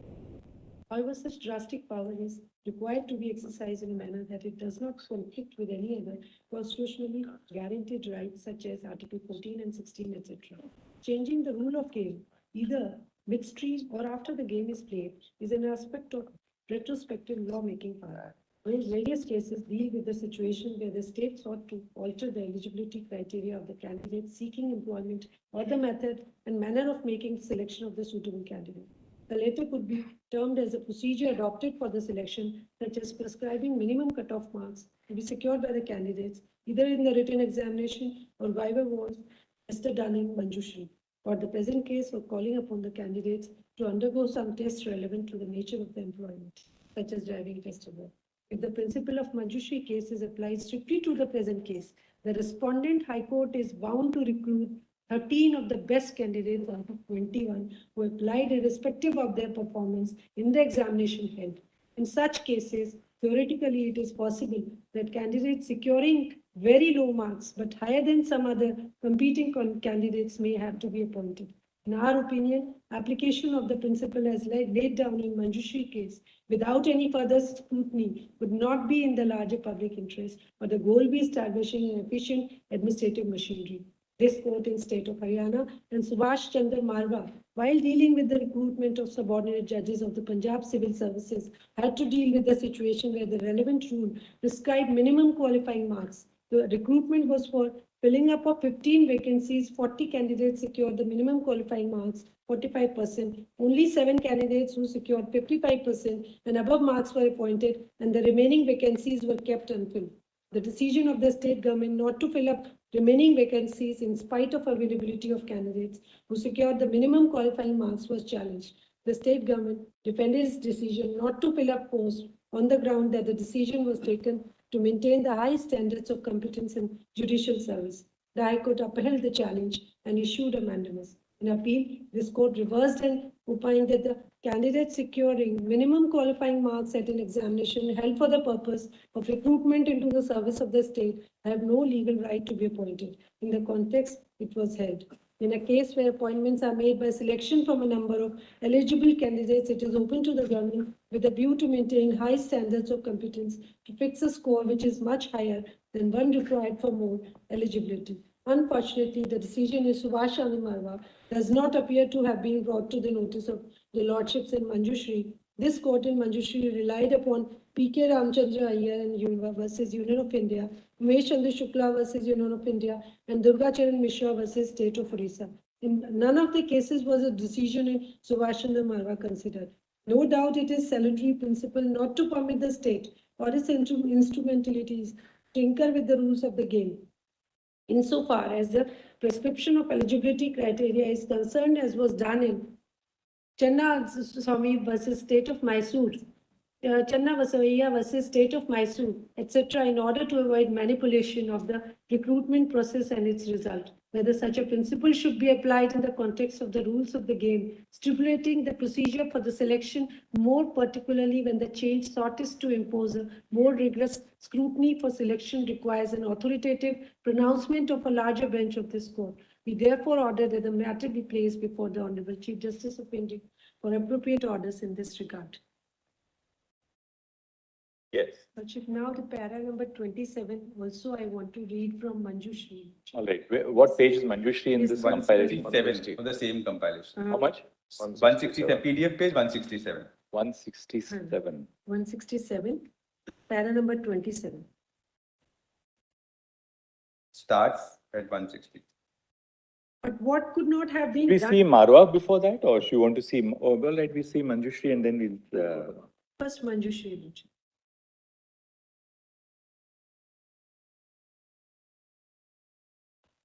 But what could not have been? Para 27. Lordship. 1 second. Let's see the facts of Manjushri for a second. Para 2, Lordship.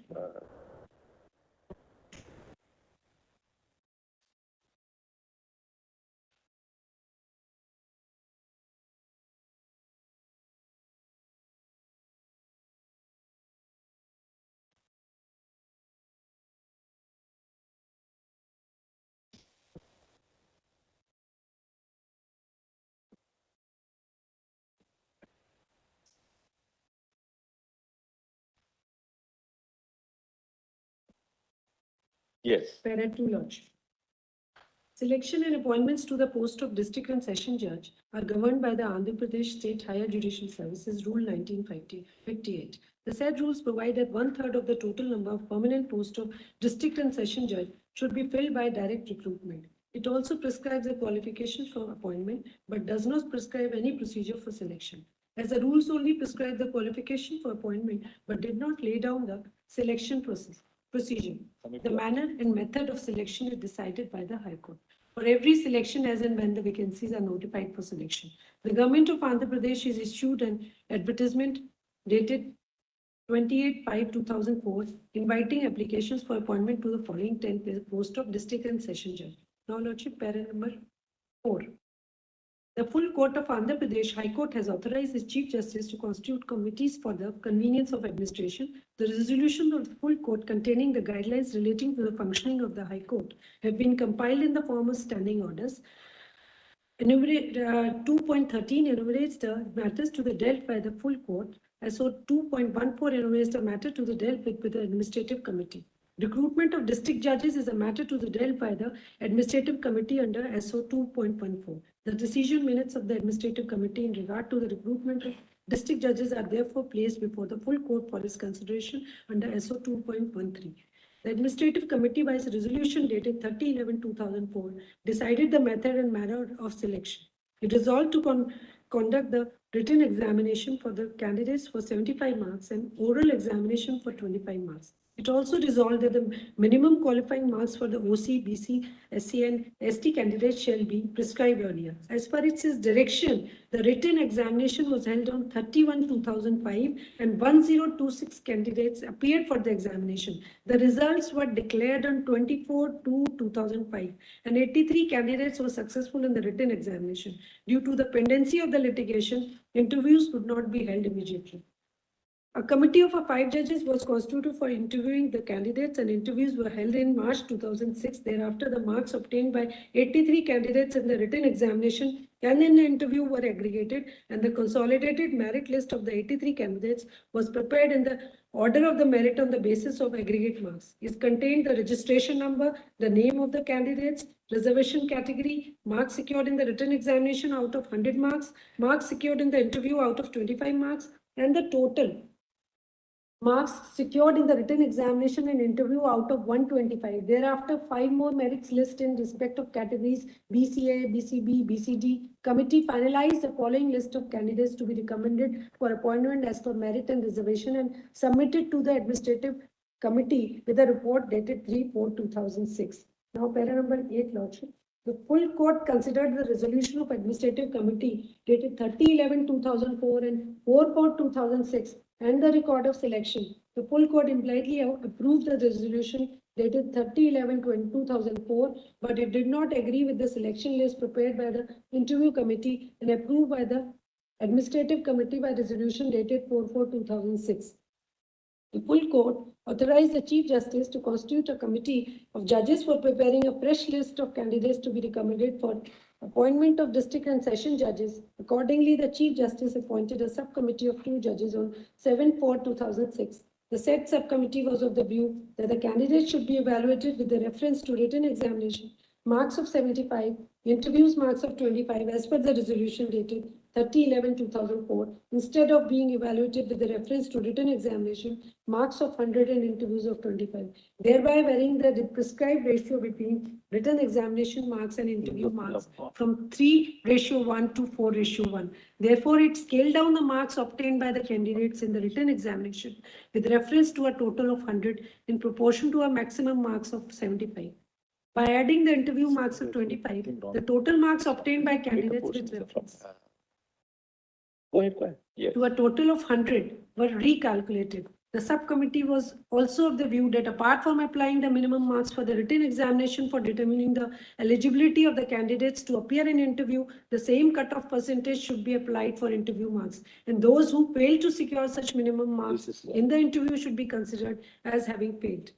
As the minimum percentage for passing the written examination was 50% for open category, 40% for backward classes and 35% for ST/SC, only those candidates who secured minimum of 12.5 marks, 10 marks, 8.75 marks, were considered as having succeeded in the interview.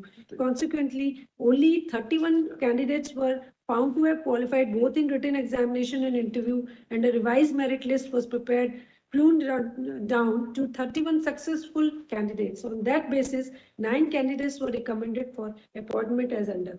One vacancy relating to scheduled caste women was left unfilled as there was no qualified candidate. The said report and the selection list was considered by the full court on 28/4/2006, and it was resolved to accept the names of the aforesaid 9 candidates in the said list to the state government for appointment. The second list contains the names of 5 out of 10 candidates recommended in the first list, 2, 4, 6, 8, 10 in the first list, 1, 3, 4, 7, 9 in second list, and 5 candidates in the first list, 1, 3, 5, 7, and 9 in the first list got eliminated as they failed to secure the minimum marks in the interview, and 4 fresh candidates entered in the second list. No candidate was selected under the category of SC women, as no candidate for that category secured the minimum marks in the interview. 2 of the candidates whose name were found in the first list and who got excluded in the second list, namely K. Manjushri, filed writ petition 10061 and 10062 of 2006 in High Court, praying for a declaration that the action of the High Court in preparing the selection list by prescribing minimum qualifying marks for the interview was arbitrary and illegal, seeking a direction to the High Court to redraw the selection list without adopting minimum qualifying marks for the interview. The said writ petitions were dismissed by the High Court by a common judgment dated 30/10/2006. This appeal is by K. Manjushri, whose name was found in the first list. She contended that the minimum marks. You can skip all that contention. The issues we can go to paragraph 17. I'll just read 17. Issues are on the contingents urged the following questions arise for consideration. What was the procedure, method and manner of selection prescribed by the administrative committee for filling the post advertised on 28/5/2004, whether the list prepared by the interview committee and approved by the administrative committee suffered from any error, irregularity and illegality. Third point, whether the procedure adopted by the full court in preparing the fresh selection list by applying the requirement of minimum marks for interview also is legal and valid. The rules did not prescribe any procedure for selection. When the posts were advertised, the only criteria for selection that was mentioned was that the selection will be done by holding written. Question 1, you can go straight to question 3, I think. Yeah. Right, question 3. Yes, that you will get it. It's important, the manner of holding written examinations and interviews. The marks for written examination and interview, whether the candidate should secure any minimum marks in the written examination or interview, were all yet to be decided. As per the practice followed by the High Court, the entire process of recruitment of district judge was to be dealt with the administrative committee, and the decision of the administrative committee were placed before the full court for its consideration and approval. The administrative committee at its meeting held on 30/11/2004 considered the method and manner of recruitment to the adopted in regard to the said recruitment and took the following 3 decisions: that the written examination will be held on 31/2005 simultaneously at 4 centers, that the marks for the written examination shall be 75 and for oral examination 25. That the minimum qualifying marks for OC, BC, SC and ST shall be prescribed earlier. The 2 decisions are self-contained and clear. In regard to the third decision, it becomes necessary to ascertain what were the minimum qualifying marks for OC, BC, SC and ST, which had been prescribed earlier. There were no general prescription of guidelines or norms or criteria for holding the written examination and interviews marks. Therefore, the procedure to be applied in regard to each recruitment was laid down separately by the administrative committee as and when the recruitment was done. When the administrative committee decided on 30/11/2004 that the minimum qualifying marks for OC, BC, SC and ST shall be prescribed earlier, it obviously referred to what was prescribed when the previous recruitment was made in 2001 and 2. The High Court has produced the relevant minutes relating to earlier recruitment. It is seen that the administrative committee had laid down the following method and manner for recruitment to 6 posts of district and session judge. Its resolution dated 24/7/2001.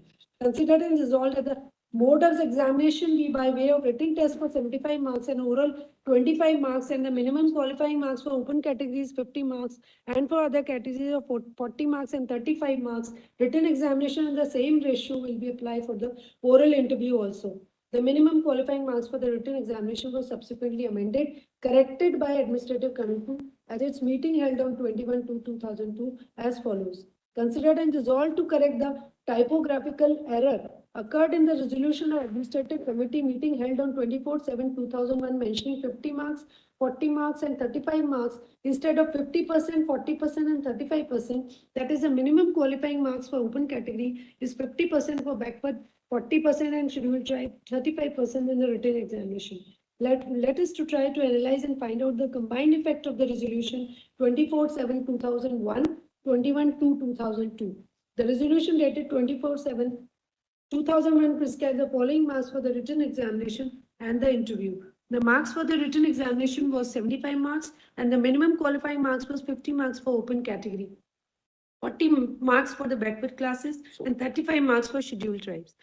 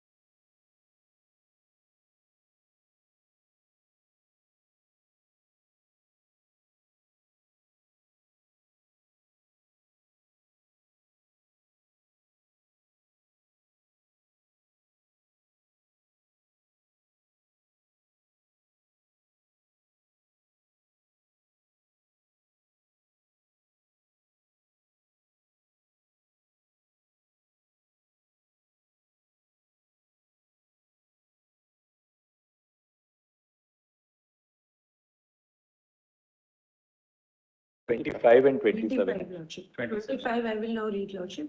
When the administrative committee placed a merit list and selection list before the full court, apparently objections were raised on two grounds. One related to failure to provide the minimum 50%, 40% and 35% marks for interviews on the interpretation of resolution dated 30/11/2004, read with earlier resolutions dated 24/7/2001 and 2002. The second objection was that even though the administrative committee had resolved that the marks for written examination should be 75 and interviews would be 25 at the time of tabulating the marks secured out of 100 marks in the written examination had been taken into account without scaling it down with the reference to a maximum of 75 marks. The full court therefore appointed a subcommittee of 2 judges to examine the matter and prepare a fresh merit list and selection list. The subcommittee examined the matter and submitted a revised merit list by incorporating 2 changes. Firstly, while tabulating the marks, it scaled down the marks secured by the candidates in the written examination with reference to a maximum of 100 marks in proportion to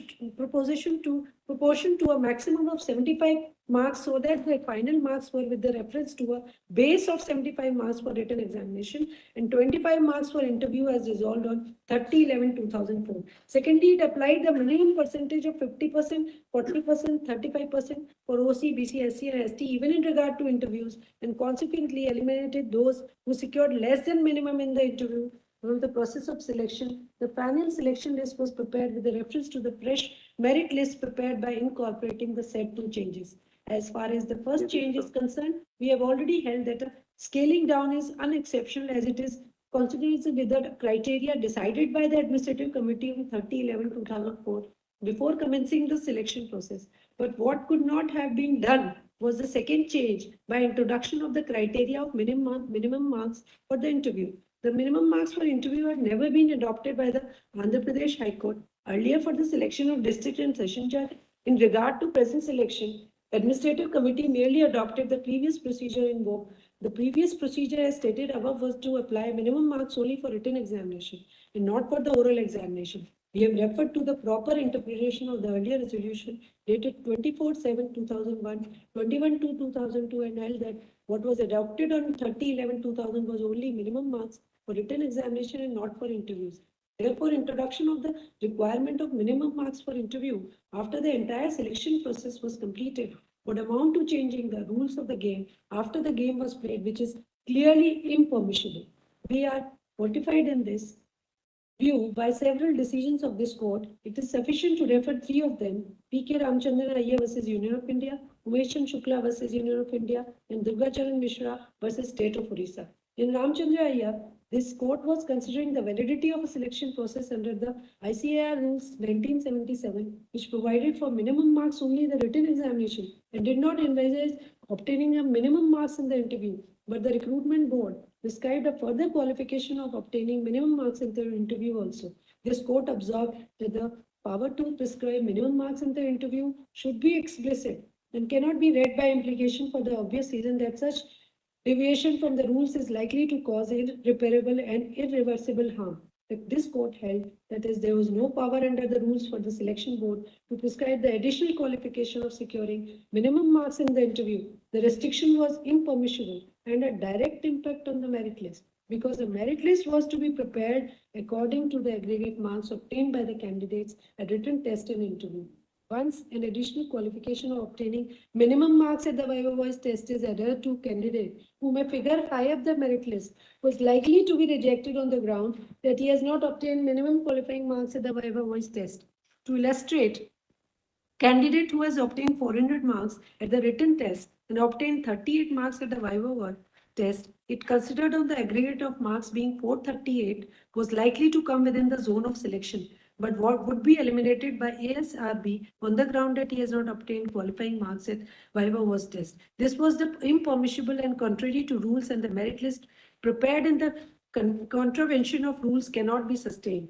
In Umesh Chandra, the score of Delhi Judicial Services Rules 1970 came up for the consideration. The rules provided those who secured the prescribed minimum qualifying marks in the written examination will be called for Viva Voice, and that the marks obtained in the Viva Voice shall be added to the marks obtained in the written test, and candidates' ranking shall depend on the aggregate of both.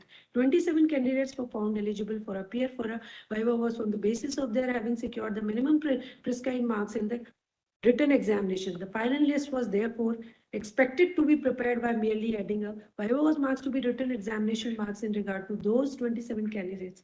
But the final list that was prepared contained some new names which were not in the list of 27 candidates who passed the written examination. Some names were omitted from the list of 27 candidates who passed the written examination. It was found that the selection committee had moderated the written examination marks by addition of 2% for all candidates, as a result of which candidates who did not get through the written examination became eligible for Viva Voice and came into the list. Secondly, the selection committee prescribed for selection and a minimum aggregate of 600 marks in the written examination and Viva Voice, which was not provided in the rules, and that resulted some of the names in the list of 27 candidates being omitted. This court held neither was permissible dealing with the prescription of minimum 600 marks in the aggregate the court observed. There is no power reserved under Rule 18 of the rules for the High Court to fix its own minimum marks in order to include candidates in the final list. It is stated in para 7 of the counter affidavit filed in writ petition that the selection committee has inherent power to select candidates who, according to it, are suitable for appointment by prescribing minimum marks.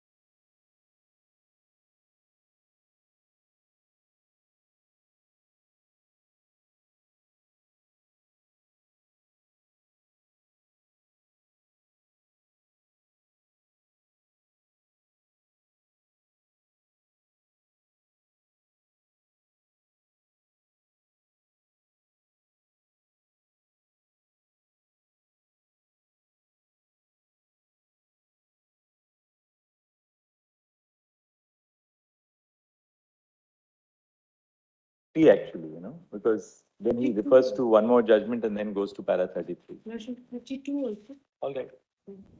In Maharashtra, SRTC and Rajendra Bhimrao Mandve, this court observed that the rules of the game, meaning by thereby that the criteria for the selection cannot be altered by the authorities concerned in the middle or after the process of selection has commenced. In this case, the position is much more serious. Here, not only the rules of the game were changed, but they were changed after the game had been played and the results of the game were being awaited. That is unacceptable and impermissible.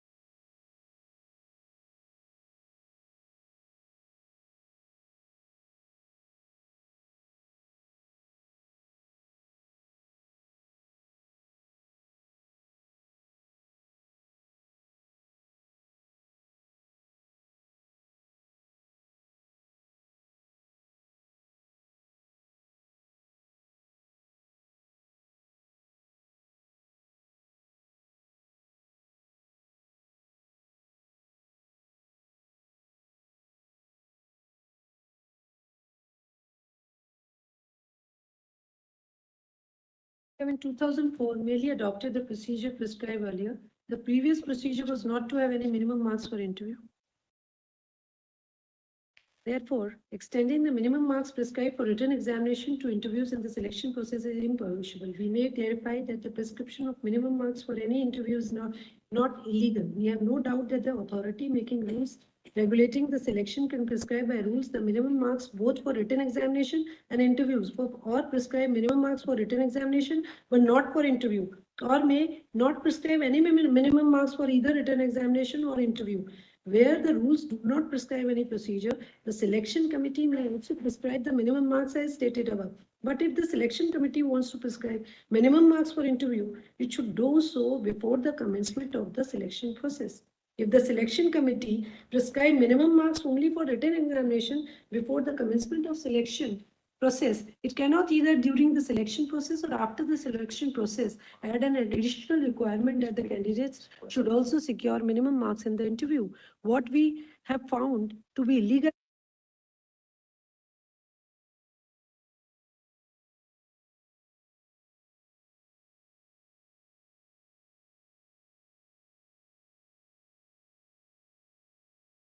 Now seen, we'll come back. We'll come back after lunch. Okay. After this, we will look at Marwa, Lordship. and then you can make your submissions on it. And then we'll hear what all of you have to say.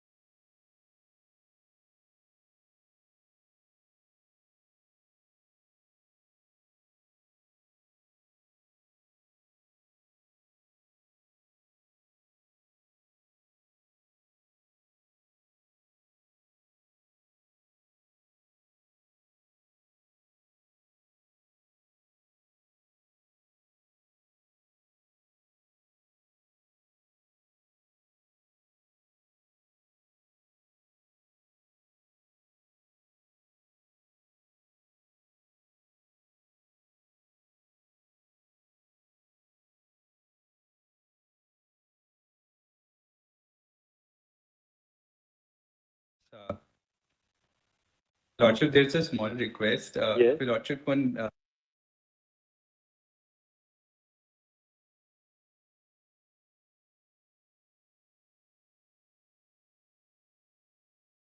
Our hands are freezing. Should we raise the temperature otherwise? Then your Lordship's court are full of lawyers. Currently,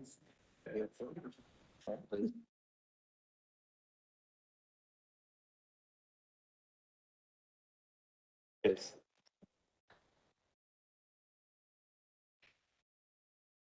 The reason why the temperature is low is that all the lawyers on the first row right now are all the calm ones, you know. You see, you don't have any. True.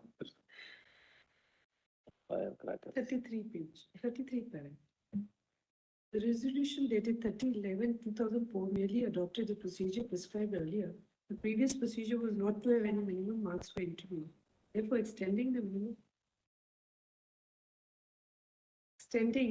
the minimum marks prescribed for written examinations to interviews in the section process is impermissible. We may clarify that the prescription of minimum marks for any interview is not illegal. We have no doubt that the authority making rules regulating the selection can prescribe by rules the minimum marks both for written examination and interviews, or prescribe minimum marks for written examination but not for interview, or may not prescribe any minimum marks for either written examination or interview. Where the rules do not prescribe any procedure, the selection committee may also prescribe the minimum marks as stated above. But if the selection committee wants to prescribe minimum marks for interview, it should do so before the commencement of the selection process. If the selection committee prescribe minimum marks only for the written examination before the commencement of selection process, it cannot either during the selection process or after the selection process. And add an additional requirement that the candidate should also secure minimum marks in the interview. What we have found to be illegal is changing the criteria after completion of the selection process when the entire selection proceeded on the basis that there will be no minimum marks for the interview. It was submitted that administrative committee and interview committee were only delegate of the full court, and the full court has the absolute power to determine or to regulate the process of selection, and is also the power and authority to modify the decisions of the administrative committee. There can be no doubt about the proposition that the administrative committee, being only a delegate of the full court, all decisions and resolutions of administrative committee are placed before the full court for its approval, and the full court may approve, modify, or reverse any decision of the administrative committee. For example, when the resolution... That's all right. That's not really on... That's not very relevant, isn't it? Oh, no, that's it.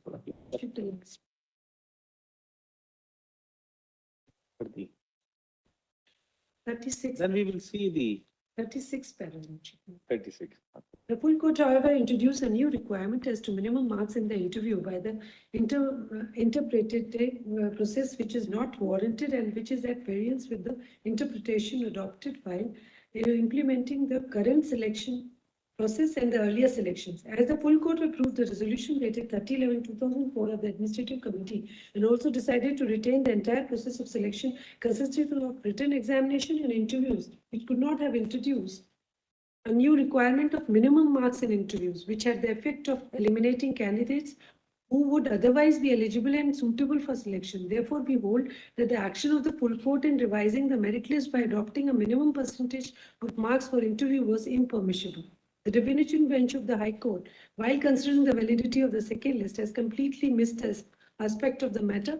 It has proceeded on an erroneous assumption that the resolution dated 30/11/2004 of the Administrative Committee prescribed minimum marks for interviews. Consequently, it erroneously held that the Administrative Committee had acted contrary to its own resolution dated 30/11/2004, not excluding candidates who had not secured the minimum marks in the interview, and that the full court had merely corrected the wrong action of the Administrative Committee by drawing up the revised merit list by applying marks for the interview also. The decision of the division bench therefore cannot be sustained. Conclusion, that we therefore find that the judgment of the division bench of the High Court has been That's fair enough. Lodged. Now let's look at the other judgment. Lodged. Marwa lodged. first judgment of the First volume. first volume, the same volume, not just a review. First judgment. First judgment, Lordship. Page number 1.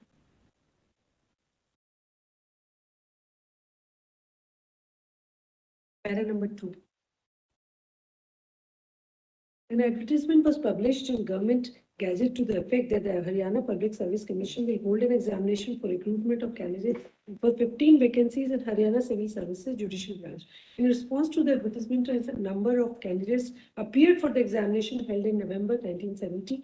The result of the competitive examination were declared and published in the Haryana Government Gazette on April 6, 1971.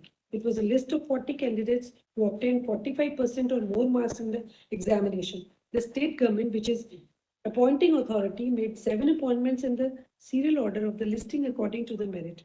Respondents who ranked 8, 9 and 13 respectively in the list did not get an order for appointment, although there were vacancies. The reason for not making the appointment was that in the view of the state government, which was the same as that of the High Court previously intimated to the state government, candidates getting less than 55% of marks in the examination should be appointed as subordinate judges in the interest of maintaining high standards of competence in judicial services. Respondent number 1 to 3 have expected to be appointed filed a petition claiming that since there were 15 vacancies and they had the necessary qualifications for appointment of the state government, was not entitled to pick and choose only 7 out of them for appointment, because to do so would be the prescriber standard, which was not contemplated by the rule that but was against them. The appellant, on the other hand, contended that the rules did not oblige them to fill in all the vacancies and it was open to them to appoint the first 7 candidates from the list in the interest of maintaining high standards. There was no question of picking and choosing. The rules did not prevent the state from deciding at the time of selection from the list the minimum number of marks that a selected candidate should score for the purpose of an appointment. The High Court agreed from the contention of the state that merely because of the advertisement was for filling 15 vacancies, the first 15 candidates in the list had no right to be appointed in the post, but held that as long qualified candidates were available, those candidates had a legal right to be selected under Rule 10 or Part C in the rule. In the view of the High Court, the state government was not entitled to impose a new standard of 55% of marks for selection, as that was against the rule which provided for a minimum of 45%. It is contended on behalf of the appellant that the above finding against the state was erroneous. The submission was that under the rules, the minimum of 45% was an element to be considered for the eligibility of a candidate for selection, and that while making the actual appointment by selection, the state government, in the interest of maintaining high standards of judicial competence, were not prevented from fixing a minimum standard of a score of 55% marks, especially as that was the view of the High Court also previously intimated to them. In our views, the submission is correct. Elaborate rules were framed by the Punjab government in 1951 for the purpose of recruitment of subordinate judges to the Punjab Civil Services. After the bifurcation of the Punjab state, these rules applied to the state of Haryana, and the same have been published by the government of Haryana with appropriate amendments. Part A of these rules deal with general qualification, and B deals with preparation and submission of roles for those who are qualified in the party.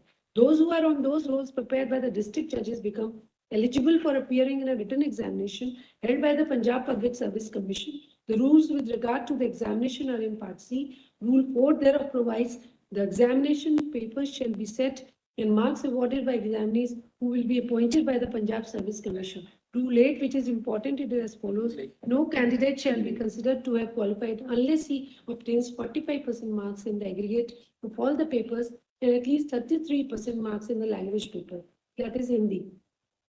As we shall see immediately, and final selection depends entirely on this examination. Apart from this examination, there is no other hurdle except that of medical examination to be passed by the candidate.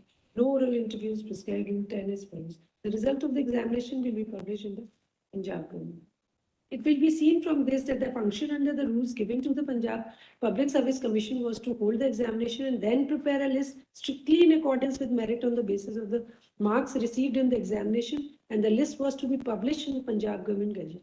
That is, became the public property, and every candidate would know, having regard to the vacancy, whether he is likely to be appointed. The list is of great importance. There could be no departure from the list either by the Public Service Commission, the High Court, or the state government. This will be seen from Part D, which relates to appointments. Rule 1 in this part provides that the names of the candidates selected by the government for appointment as subordinate judges under Rule 10 and 11 Part C shall be entered on the High Court register in order of their selection. Rule 10(2) in Part C referred to earlier stated that the candidates will be selected for appointment, and Rule 1 in the Part D says that the selection was by government for appointment. Reading the two together, it is clear that the government was bound to take the selection strictly in the order in which the names were mentioned by the Public Service Commission in the list. And this selection was for the specific purpose of the making appointments. There is no question of the High Court making any recommendations. Once accordance with the list, such selection for appointment is limited to the High Court, and the candidates who selected by the government for appointment are to be entered by the High Court in a register in the order of the selection. Obviously, the register is to be kept by the High Court because the High Court knows in the administrative capacity what vacancies have occurred and what are the courts to which the appointments have to be made. The service rules have been made in the consultation with the Public Service Commission and the High Court, and therefore they are binding on all. They show that examination is a final test, apart from medical examination as per Rule 11 in Part C, for a candidate's appointment to the post of the subordinate judges, and once the list is prepared by the Public Service Commission, strictly in order of the merit, neither the Public Service Commission nor the state nor the High Court can depart from the order of the merit given in the list, except where reservations have been made in favor of backward classes and scheduled castes and tribes in according with Rule 10. In the present case, it appears that about 40 candidates have passed examination with a minimum score of 45%. Their names were published in the Government Gazette as required by Rule 10(1), already referred to. It is not disputed that the mere entry in this list of the name of the candidate does not give him the right to be appointed. The advertisement that there are 15 vacancies to be filled does not also give him a right to be appointed. It may happen that the government, for financial or other administrative reasons, may not fill up any vacancy. In such a case, the candidates, even the first in the list, will not have a right to be appointed. The list is merely to help the state government in making the appointments, showing that candidates have the minimum qualification under the rules. The stage for the selection for appointment comes thereafter.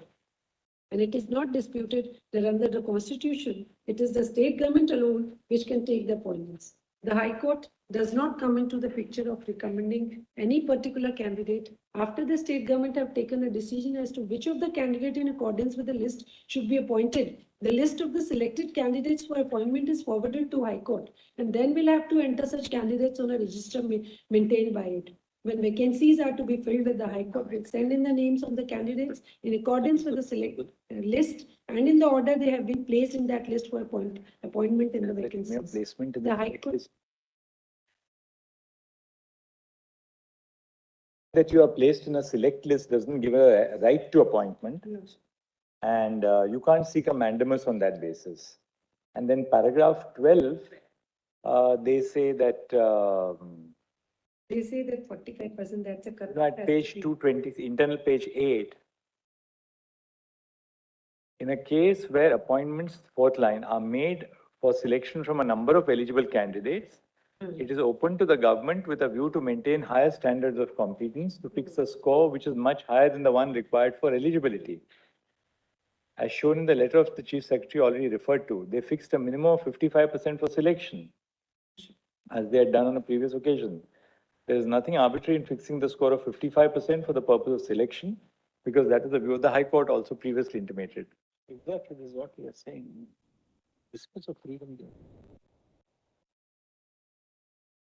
Merely because all the people who are in the select list or a number of people in the select list fall within the number of vacancies which are advertised would not give a vested right to everyone in the select list within the number of vacancies to claim appointment. The state can carry out an exercise of shortlisting.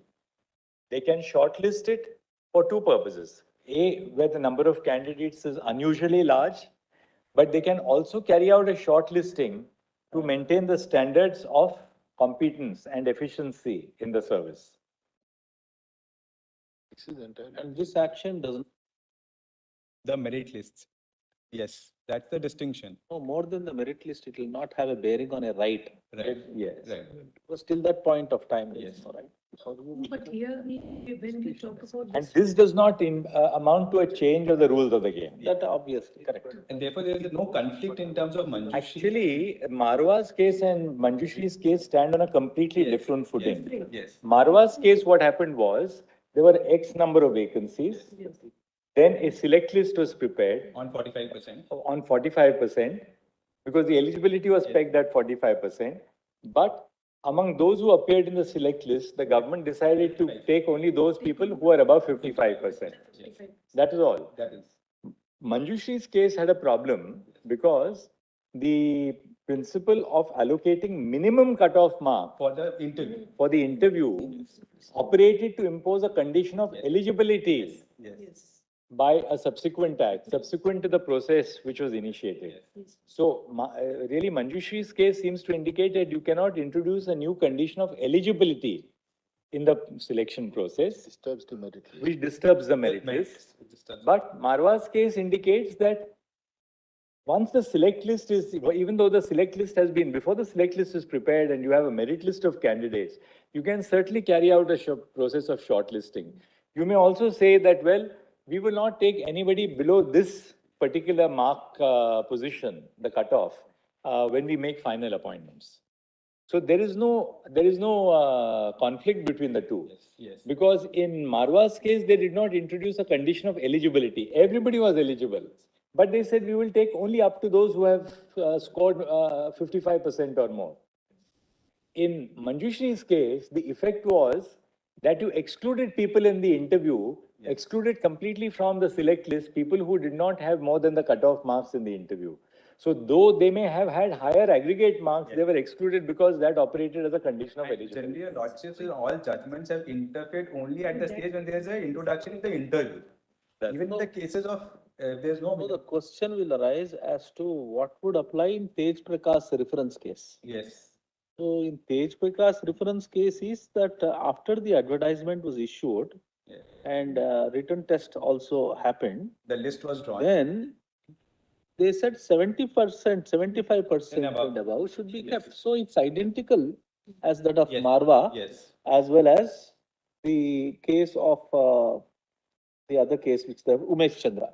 It is not similar to that of Manjushri. The question problem arises, Umesh Chandra is in conflict with Marwa. That is the problem, because para 27 of Manjushri endorses Umesh Chandra. But Umesh Chandra, as it is mentioned and referred to by Justice Ravindran in Manjushri, yes, it is para 27. Talks about 29. Yes. 29. Yes, 27 he endorses it and thereafter he extracts it at para 29 onwards. But then that stands on the same footing as that of Marwa. But then in deferred judgment again. Actually, Tej Prakash stands on all fours with Marwa. Exactly. Because what they did was that, though in the past, of course, that bar of, the requirement of 75% had been removed. What they did here was, after the Viva was held, they said we will not take anybody below 75% in the aggregate. So that is Marwa. It did not operate as a condition of eligibility, but they said that, look, condition of eligibility means that if you don't score that amount, namely say 50% or 55%, you will not be looked at for the next round at all. You will be closed at the threshold.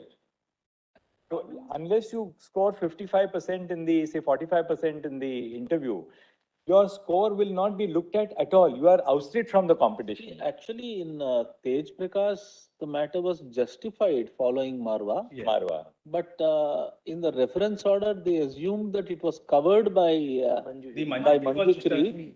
And that in Manjushri, they forgot to refer to Marwa. So therefore, refer to 5. In fact, and Manjushri is completely distinct. Both are completely on different. Manjushri endorses Umesh Chandra. So one will have to say that even Umesh Chandra is different from Marwa. That's all right. I mean, those nitty-gritties, just because he has referred to, it's all right. But the principle is very, very clear. And what is Umesh Chandra actually? Let's see Umesh Chandra. Let's see just quickly. Let's see Umesh Chandra. Yes, Your Lordship. It's a Manjushri's page 160. Volume compilation 2, page 51. PDF page 51. PDF page 51, volume 2. Yes. PDF page 51. 51. Same volume? Yes, Your No, Lordship. Volume what's the volume? Volume 2, sorry. Umesh and Shukla's judgments is there.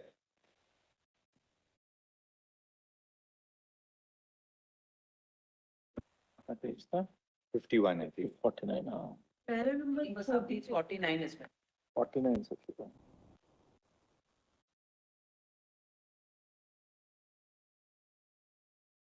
What are the facts? I'm checking. कौन से page से शुरू होता Yes. है? Your Lordship, see, para 2, PDF 50. para 2, 6, 7 are the facts Volume 2 in Umesh Chandra. Volume 2 क्या? Yeah, volume 2. Volume 2, Your Lordships, I think मेरे there's पास भी तो a यार page अंतुल है। 49 of. मैंने 51 है, next page देखो। अच्छा अच्छा। Yes, yes. The facts that paras 2, 6 and 7. Your Lordship, paragraph 2. The petitioners in the. Just 1 second, Harbin. Yes. This is 1985. 3 SCC 721. 720. Volume 2, page 51.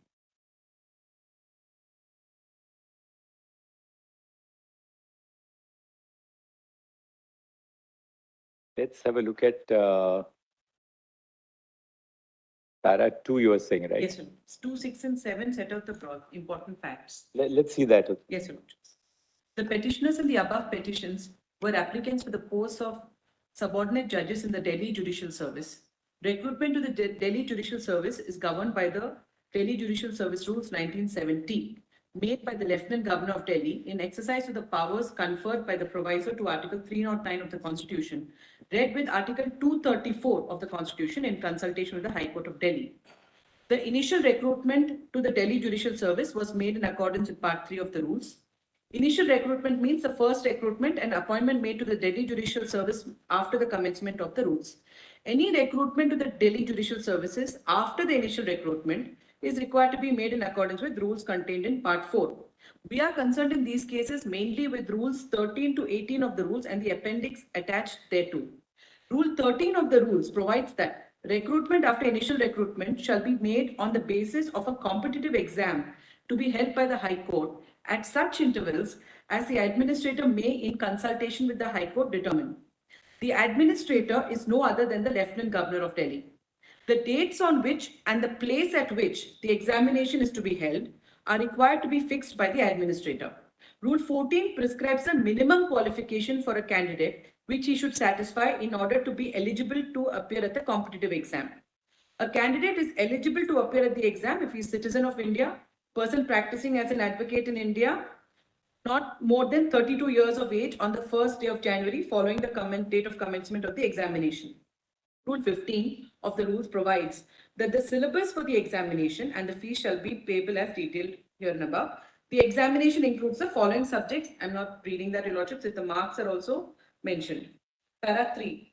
The first 5 papers are called written papers. In clauses 1 to 5 of the appendix, the topics or subjects of each of the written papers are set out. Viva voce. Only such candidates will be called for viva voce who have obtained 50% in each written paper and 60% in the aggregate, except in the case of candidates belonging to SC/ST, in whose case the qualifying marks will be 40% in each written paper and 50% in the aggregate. The marks obtained in the viva voce have to be added to the marks obtained in the written papers, and the candidate's rank depends on the aggregate of both. Rule 16 of the rules provides that after the written test, the High Court shall arrange the names of the candidates in the order of merit, and these names shall be sent to the selection committee. Constitution of the selection committee is described by Rule 5, and it says who the selection committee is. Thereafter, if Your Lordship will go to para 6. Yes. The foregoing is in brief the summary of the rules governing the recruitment of persons to the Delhi Judicial Service after the initial recruitment. On July 5th, 1984, a notification was published in the local newspapers by the Registrar of the Delhi High Court calling for applications from eligible persons for filling the posts in the Delhi Judicial Service. A large number of candidates who were eligible under the rules applied in response to the said notification. The examination in the written papers, that is ABCD, was held in October 1984. After the answer books at the written examination were valued, the names of 27 candidates who were eligible for the viva voce test under the rules, that is the candidates who had obtained not less than 50% in marks in each paper and not less than 60% aggregate, etc., was published on the notice board of the Delhi High Court in the early part of January 1985. The names of the said candidates were arranged in accordance with their roll numbers and not in the order of merit. The following are the list of 27 candidates. I'm not reading the names. Interesting, some of them then Yes. became High Court judges also. I was just quickly looking at the names. Many are familiar names. Yes. Para 7. These candidates were admitted to the Viva Voce test by the selection committee. Before the final list of candidates was published by the selection committee as required by Rule 18 of the rules, the petitioners came to know that names of certain candidates whose names had not been included in the above list of 27 qualified candidates had been included in the final list by the selection committee, and that the names of certain candidates who had been interviewed by the selection committee had been omitted from the said final list. Immediately thereafter, the petitioners filed these petitions questioning the validity of the procedure adopted by the High Court and the selection committee in the preparation of the final list of selection successful candidates. It is not necessary to refer to all the allegations made in the petitions. We propose to deal with only two contentions raised by the petitioners, namely, one, whether it was open to High Court to include in the list prepared under Rule 16 of the rules names of candidates who had not secured the minimum marks prescribed in the rules for being eligible to appear at the Viva Voce, and whether it was open to the selection committee or the High Court to omit the names of certain candidates who had appeared at the Viva Voce from the final list. In order to appreciate the above contentions, it is necessary to set out what the Deputy Registrar of the Delhi High Court has stated in his counter affidavit filed on behalf of the High Court in answer to the allegations. The Lordship will see below the extract of the counter. They basically say the petitioner in any event has no right to maintain. This is not relevant, but if your Lordship will thereafter go to paragraph 9.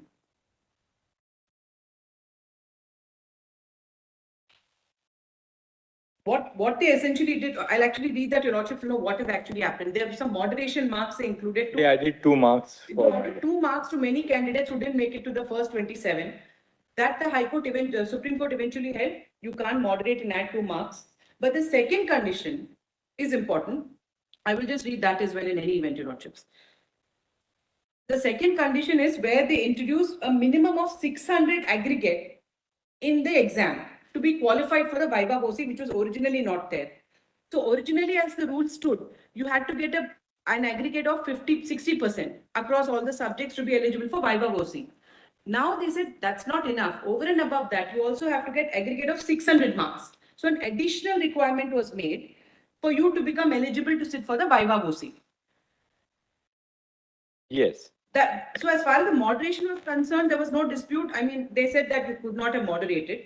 Thereafter, when they go into the question of, fixing these things at para 9,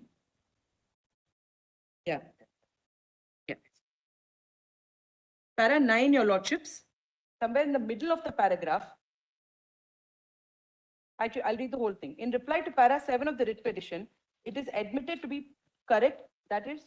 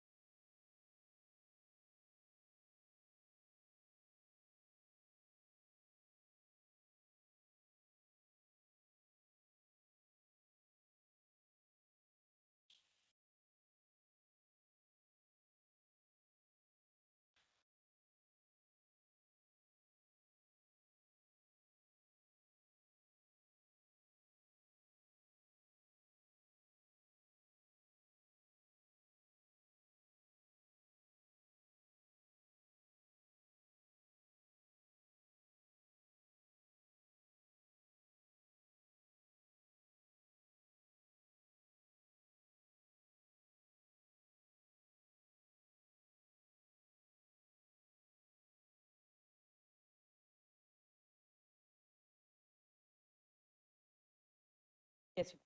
Para 9. In reply to para 7 of the writ petition, admitted to be correct that it is provided.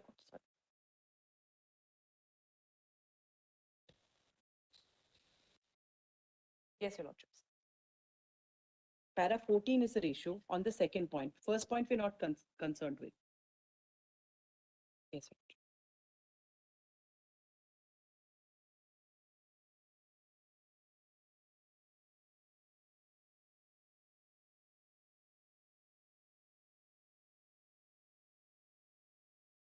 Yes, Your Lordships. So as far as those 2 points were concerned, Your Lordship, on the first point on moderation, the court at para 13 held that you could not have moderated. The second condition, which is increasing the marks to 600. Yes. So that the candidates who went for the interview, they didn't find their names in the list because now there was an additional cutoff of 600. That the court at paragraph 14 Yes. has said that the prescription of the minimum of 600 marks in the aggregate by the selection committee as an additional requirement which the candidate has to satisfy amounts to an amendment to what is already prescribed in the appendix. And said that this change of rule you could not have done by prescribing a further requirement. You already said minimum 60%, you should have stuck with it. By now saying you need to get 600 marks in addition, you have prescribed an additional requirement and that is impermissible and the selection process. 60% was prescribed there as in the written test, right? A cutoff for Viva Voce. That you must get at least 50% in each paper. Yes. And 60% in the written test in the aggregate, Yes. in the aggregate to be called for Viva Voce. Yes. And what the High Court did there was in addition to say that you must get 600 marks in the aggregate after the Viva Voce. Yes. So you must have 600 in the combined result of the written test and the Viva Voce. Yes, Your Lordships. Which Justice Venkatramaya's judgment says is not permissible. Yes. But this is exactly what is done in Marwa's case. Exactly.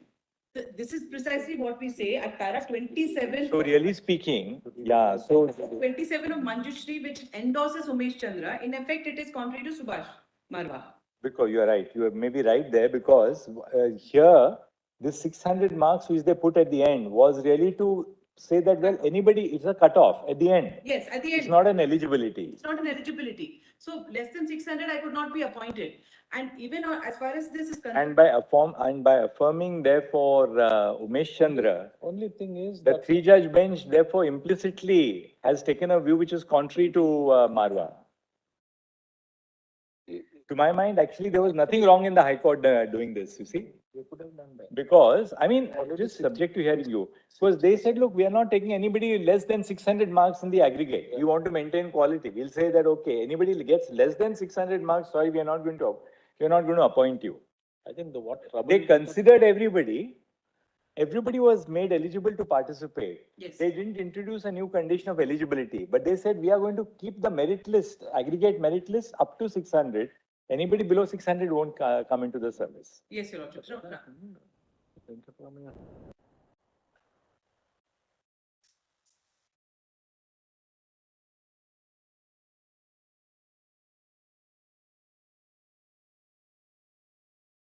Point did they impose the requirement?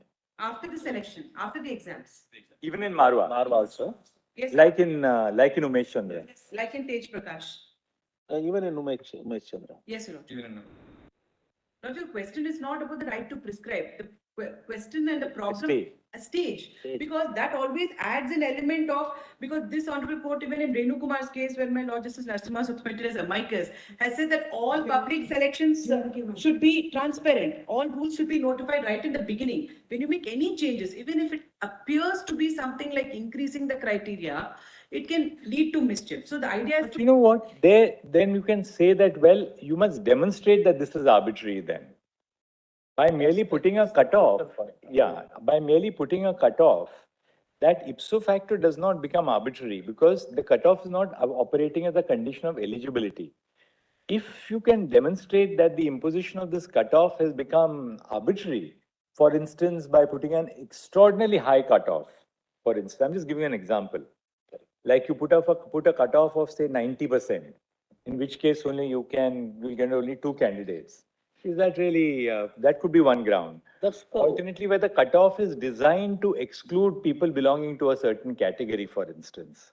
It's normally not so clear, Your Lordship. It's very difficult. One may think many things, but very difficult to actually on paper to establish any of this. So, which is Therefore, whenever it gets challenged, that's the only way. Arbitrariness, whether exists or not, the test of arbitrariness has to be seen. So therefore, we can give that leeway to the state to modulate it depending upon how the exam works out.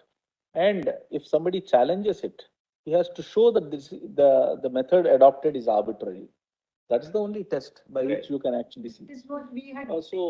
In case to case, the state has to prove whether the change in the rules has created some kind of an arbitrary. Ideally, Your Lordship, this should be provided for in the rules. That is this when this. See, not everything can be provided. That's the difficulty. You're expecting everything to be provided in rule. You don't know how the exam will turn out to be. You don't know how many will appear. What kind of further requirements are to be made by the state. And if you say that everything will be governed by rule itself, the life situation will defy every time the rule. Or else we'll be bound by a rule and we'll have to suffer the oppression of a rule. So therefore, we'll have to balance it.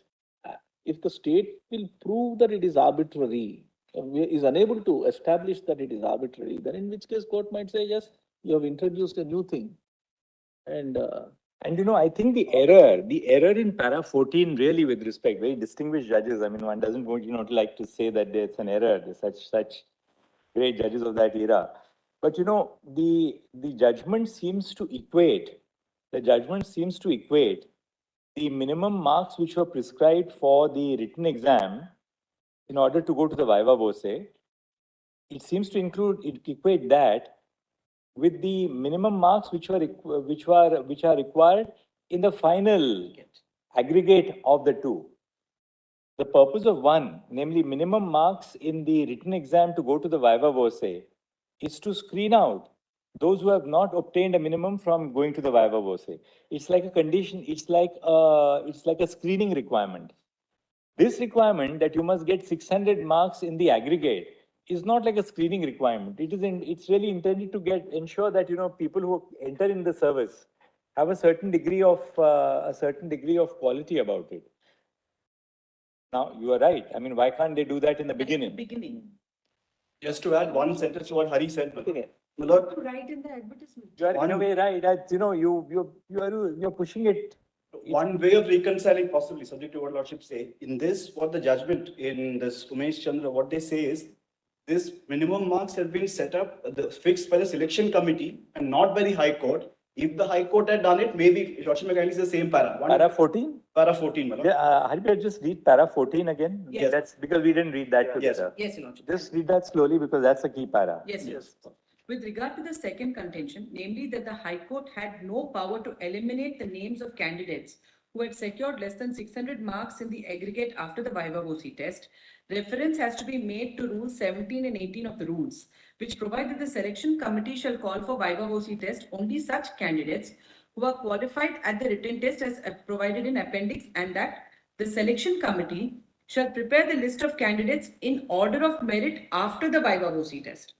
There is no power reserved under Rule 18 of the rules for the High Court to fix its own minimum marks in order to include candidates in the final list.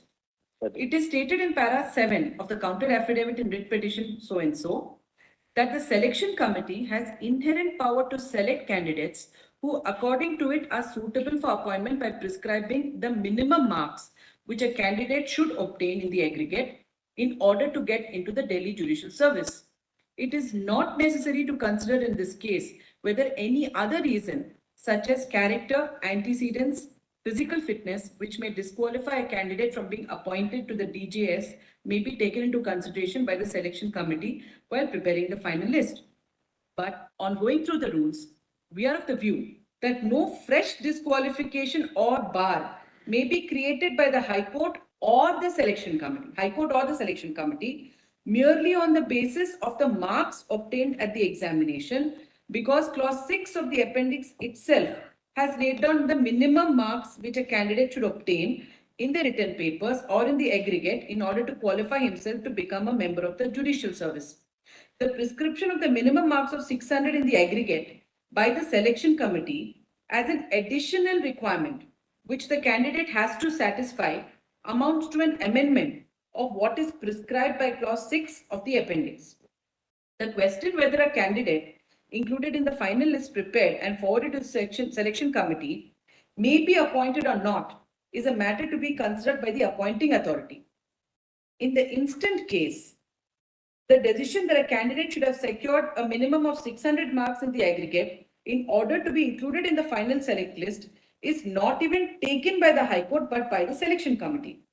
Moreover, recruitment of persons other than district judges to the judicial service is required to be made under Article 234 of the Constitution in accordance with the rules made by the Governor as provided therein in consultation with the High Court. Article 235, which vests in the High Court the control over the district courts and subordinate courts thereto, cannot include the power of making rules with regard to recruitment of persons other than district judges to the judicial service as it has been expressly dealt with in Article 234 of the Constitution. We are of the view that the selection committee has no power to prescribe the minimum marks which a candidate should obtain in the aggregate, different from the minimum already prescribed in the rules in its appendix. We are therefore of the view that the exclusion of the names of certain candidates who had not secured 600 marks in the aggregate, including marks obtained at the Viva Voce test from the list prepared under Rule 18, is not legal.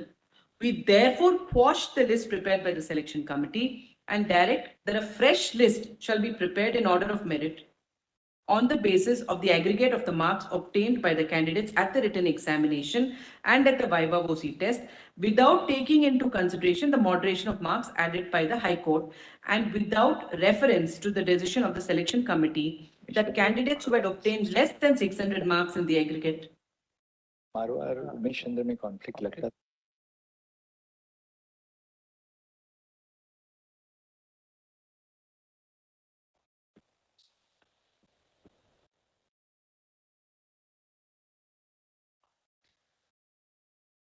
Please.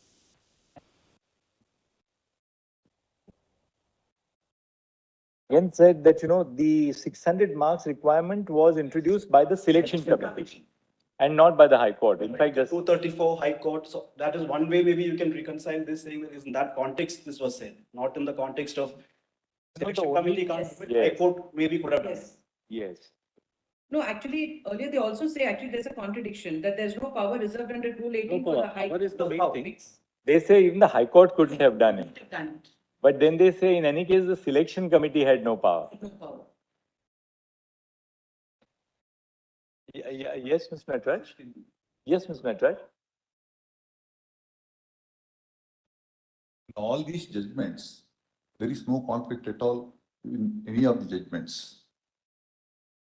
The very reference itself was in the context, it was wholly unnecessary. Let me point out first from Marwa, that is two judges' judgment. Marwa, that's the 1974, whereunder they said that after selection is over, only the benchmark was fixed. For example, last about 20 candidates have been selected or the eligible, found eligible. They said that top 10 or 20 cream we will select. That's all. That's only for the purpose of appointment. That was an issue in Marwa. They said that 20 candidates have qualified, but however, those who have secured top above 55% or 60% only will appoint, because the person has no indefeasible right to be appointed. In that context, they said that you can't do it. That is Marwa. That is Yes, that was an issue in Marwa. When it comes to Umesh Chandra. Manjushri, there was an issue was Why didn't you totally come different. to Umesh Chandra first? Because Yes, Umesh Chandra. Umesh Chandra, the court specifically found it's contrary to rules. Kindly see that. It was contrary to rules. That was the finding. On that context, they stuck down. Kindly go to para 14. There is no power to such prescription is what he says. He's saying there is no such power to do it. Yes, no such power. Contrary to rules. That's what they found and they struck down. Kindly go to page 735, that para 13. Then para 14. They say there is no power reserved in Rule 18 yes. of the rules of the High Court to fix its own minimum marks in order to include candidates in the final list. Correct. But do you require that power? Yes. Even in Marwa. Yes. In Marwa, there was no power. Yes. There was no power expressly. No, in the Marwa, that was only they fixed the benchmark, the upper limit. By Here also, that's what they did. No, here they have done something else. Kindly see. Here what they did was, No, in the final list Yes. of successful candidates, Yes. they said anybody below 600 marks in the aggregate, we are going to knock off. That's, yes, they changed by the time, because contrary to rules, they changed it. Kindly turn to page number 735, that para There was no 30. express rule. Yes, contrary to rules. No. They call it contrary to rule, but the point is that the rule didn't say that you will not do this. The rule said Yes. that you must get 60% in the aggregate in the written exam to go to the viva voce. Correct. That was the only thing that the rule said. Correct. They said that implicitly, therefore, this Yes. is the only requirement which you can impose. That's right. You have the minimum marks in the written exam. That's right. To go to the viva voce. That's right. You cannot, after the viva voce, they said, have another requirement that you must have at least so many marks. Correct. But they changed there. But where under Marwa, what they have done is, there are about top 20 candidates have been qualified in the all this one, both viva voce and the written examination. But they fixed the benchmark for the purpose of appointment. Here also. Yes. Here also. No, here what they have done is, they have changed the rules here. No. They went beyond the rules. No. Yes, kindly see the facts also. De facto, this is de jure. Marwaha, without coming up with a rule, they've done the same thing they can't do. So if the law is that I can't increase the criteria, then I can't do it indirectly by not directly increasing the criteria, but very conveniently just appointing the top 5 and omitting the bottom 15. Mr. Yes. Natraj, Yes. our problem is that if we say that as it appears, Yes. that Marwa and Umesh Chandra are on the same footing, basically, the Yes. fact situation is on the same footing, Yes. then by Manjushri, by affirming Umesh, Yes. implicitly therefore overrules Marwa. We are in a constitution bench, we still have to consider Manjushri. Yes. We are not bound by either of them.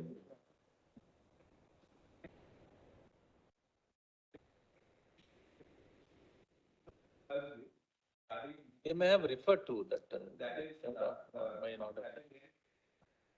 Sankarshan Dash. That is where the Marwa and all line of judgments was considered and it was approved. If Lordship would say that paragraph 7 of that. So the reasoning given in the Marwa that once you don't have an indefeasible right, so I can select from the list. Until that list is not disturbed and I have a right to take whoever I want to, there are methods then prescribed. I have to take top 5 or to put a qualifying marks for the selection. So Sankarshan thus expressly affirms Marwa? Yes, it notes that. If Lordship may have volume 4. Let's see that. For the compilation.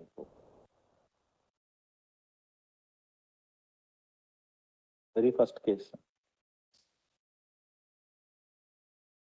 सारे ने मेहनत किया है ना।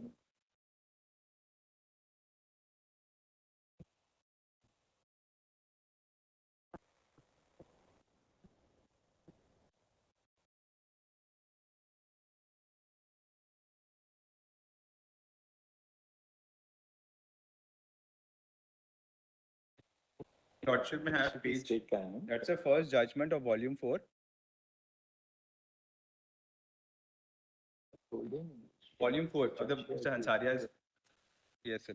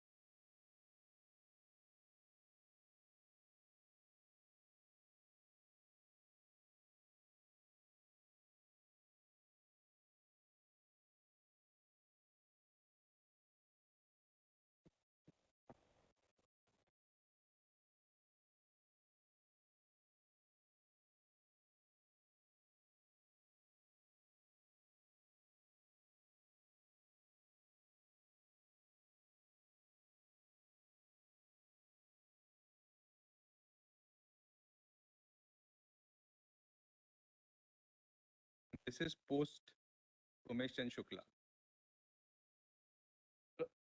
Lordship, see paragraph 1. This Constitution Bench judgment, 1991. The Umesh and Shukla's judgment is 85.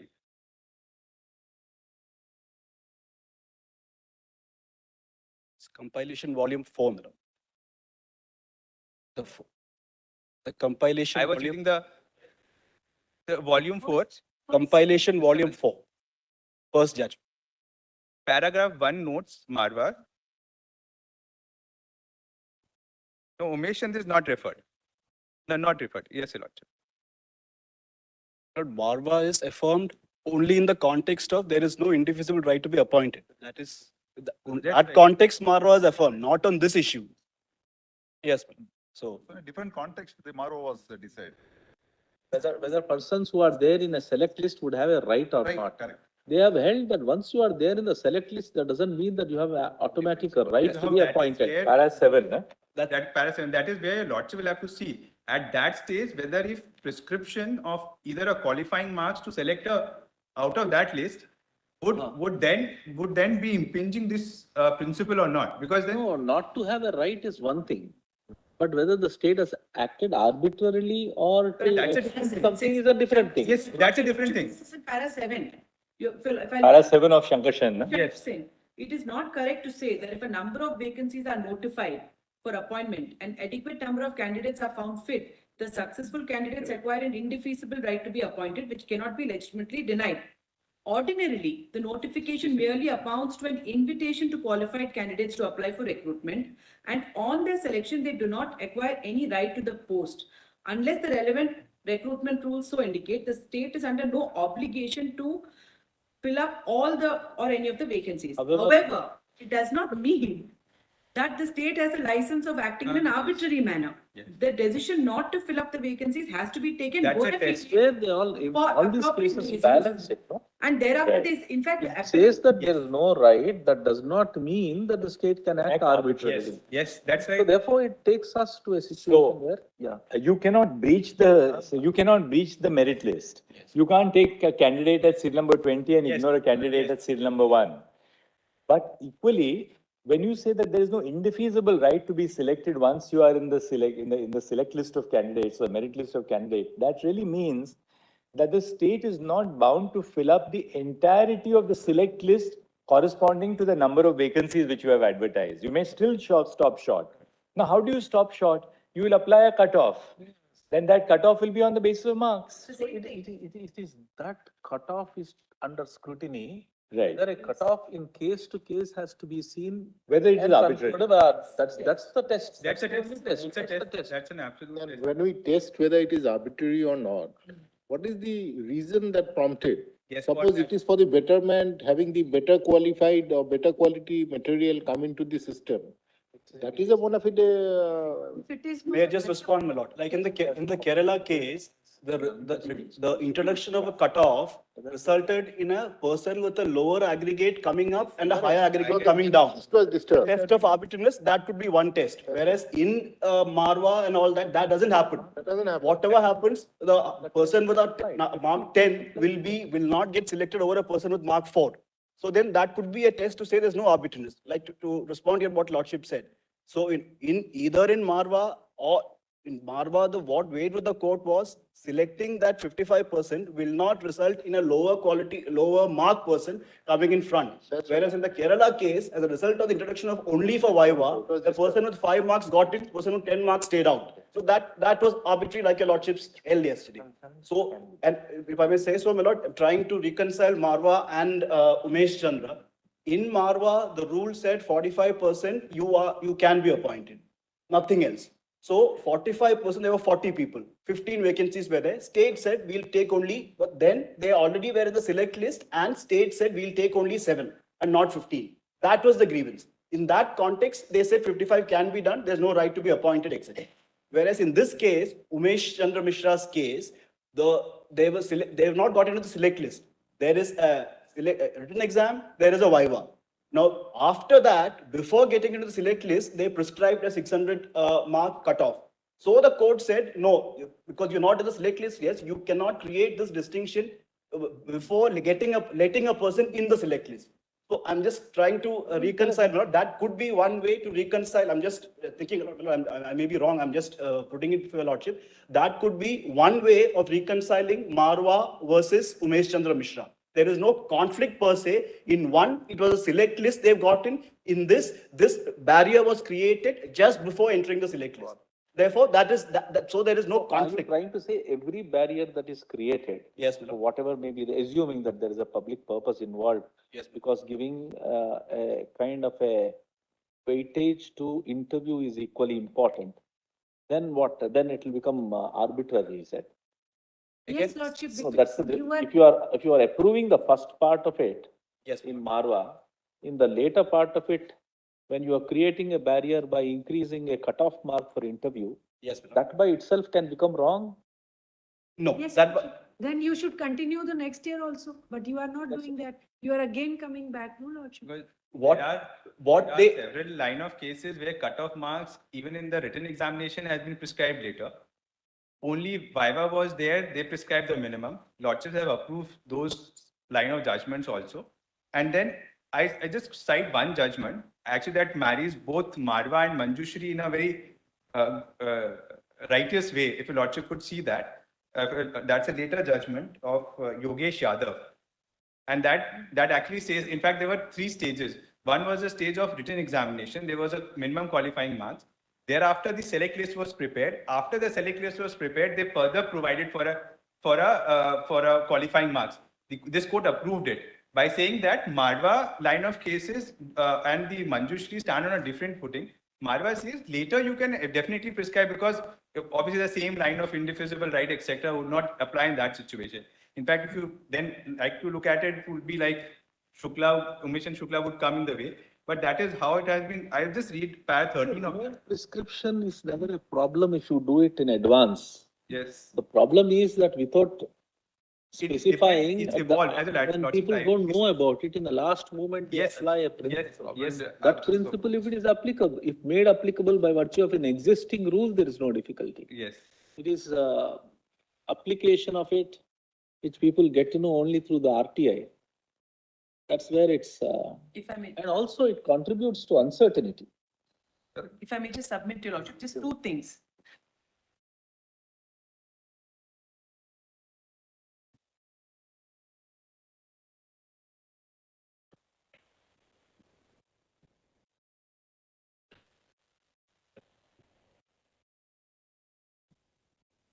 Lordship, as far as there are 2 aspects, Your Lordship. Interview, I think, is a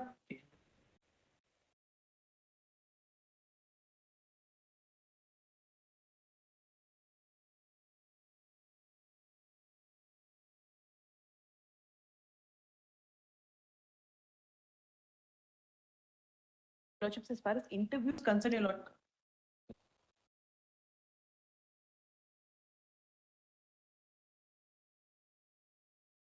As far as interview is concerned, Your Lordship, our submission is slightly different. That is, there's even a 3 judges judgment which is held that there can't be a cutoff mark for the interview because Shetty Commission recommendation has been endorsed in all India judges. So that's a separate issue where quite a few cases, including that Gujarat case, etc., they are going to definitely fight it out. But as far as this, these are all concerning exams. This Umesh Chandra and Tej Prakash and Marwaha. So if one were to limit ourselves to examination, the only request is, while a Lordship says that yes, we cannot preclude an enhancement in standards subsequently, what your Lordships can possibly also lay down is that if there is a need subsequently to enhance the standard, reasons should be given in such an order passed by them enhancing it. So that tomorrow it becomes something which can be judicially reviewed. There are some criteria. Otherwise, if no reason is given about why this change is happening at That's the point. That also is there. And the stage. In case we. It gives us a method to challenge it. Otherwise, it's very arbitrary and it's very difficult to pin them down to any reason. No, there is a higher principle also. Apart from reasoning, if you are speaking on the principle of certainty, yes, then there must be an existence of a rule. Yes. In advance. Yes. So you would know how to handle it depending on the large number of applicants, less number of seats. Then the rule provides a kind of a choice for the state to adopt or prescribe. Yes. So then if it is prescribed in the rule, perhaps they will be able to, like some sanctity. Like in this, he said, where is the power you have? You don't have the power is what Venkatrama has said. And my lord, to just between Tej Prakash and Marwa, if I may submit, my lord, according to me, my lord, there is no conflict. para 12 of Tej Prakash proceeds on the assumption. Lordship may kindly note para 12 says Manjushri holds that if there is no minimum marks, there are 15 vacancies and suppose there are no minimum marks, the person with the lowest 15% should be taken. Manjushri never says Never said that. So to that, the reason why it said there is a conflict is Manjushri para 12, Tej Prakash goes on the assumption that Manjushri says that, whereas Manjushri doesn't say that. No, just Chandrachud doesn't say that Manjushri says that. What he says is that the consequence of Manjushri would be that everybody would be entitled to get appointment, whatever the marks and however low their marks. My response to that would that be... is not so. Yes, that is not my so. response would be So that... you can always say that we are not going to take everybody. Correct. So that is correct. Really, because there's no benchmark doesn't mean we'll take somebody who has aggregated, say, 42 marks. Directly, Sankarshan Das. Yes. Is an answer to. That was never the intention of Manjushri. Manjushri's only concern was, like a lordship said, you cannot introduce this surprise cutoffs suddenly in the middle of a process. That was the intention of Manjushri, like happened in Kerala, irrespective of the rule. So that was the intention of Manjushri, nothing more. So there is no conflict per se between the two. You know, but since we are going to lay down the law and we are going to answer the reference in this case, yes, we'd like to look at all the authorities, because it shouldn't be that the constitution may miss some authority, because whatever you want to cite on both sides. Yes. Because we've now seen Manjushri, we have seen Marwa, and we've seen Umesh Chandra and Chandrachud Das. Yes. But let's see the entire, so that we get the full nuances of the area actually there. The test would be. Now that we have done away with many of those matters, we are actually left with the essence of the issue. Yes. So therefore, we will focus only on the principle which needs to be. The test would be the crystallization of rights. Yes. Crystallization of rights. At what stage they have introduced, that would be the crucial test. That is the when there are multiple stages of examination, selection process. Process is also, Mr. Nataraj, Yes. it's not just a crystallization, the process itself. Yes, in the process, there are multiple stages of selection. Let us take first, there is only the first preliminary rounds. First, only the written examination. Then thereafter, those who have qualified for the next test, the rules can be notified even later. The crystallization of right is only go to the next stage, not to get finally selected. So the crystallization of right would be the crucial test. Number one. No, but if we take that will be extremely rigid, because what will happen is the actual crystallization is only when a letter of appointment is issued in a broader sense. Yes. Up to then, you have only an expectation to be considered for appointment. But the consideration process also has to be fair where the state is the public. You can exclude people. But should go to the very next stage, when multiple stages, the selection is to be made in multiple stages. To go to the very next stage, first he should know what are the limitations, what are the rules, the regulations governing in that stage. Then when he qualifies for the next stage, then before he starts with that process, he can be made known. Not necessary that entire process should be notified in the beginning. So therefore, crystallization of rights in each stage, that would be the crucial stage, test number one. Number two, whether it has been uniformly applied or not to everyone, that would be the second one. Third one, whether there are malifieds. These are the three tests which will have to be passed. Lordship, may I just add one point with my Lordship's permission? Going on from the crystallization aspect, my Lordship, here the issue with reference to what has happened in Kerala, my Lordship, is aware yesterday. Now, 11 of those petitioners, my Lordship, we have actually struck down, my Lordship has struck down as unlawful. The fact that the notifications come in, that has been struck down. Now, 11 people, my Lordship, who were at the first stage eligible when the written examination was given, and subsequently the suitability test when it comes to the Viva. Now, these 11 people, my Lordship, the issue again goes back to this. Marwa states at the end of the day that there's no indefeasible right to have a right when it comes to your appointment process. Now, here, my Lordship, you're borrowing from what the AG has also stated. The crystallization of the right in most cases, the challenge is this, my Lordship, because at the first stage, when the rights are not crystallized, what happens is the process goes on and other people enter the fray. Now, what happens here is the entire process doesn't get stayed, my Lordship. What happens is the process for a certain group of people who are eligible, otherwise maybe not suitable, they are stopped. Meanwhile, what you have is a parallel track on which the other candidates start to move along. Now, here, my Lordship has seen 8 years has gone by. In Guwahati, it was 2011. Now, my Lordship will see that the challenge for most people is the remedy.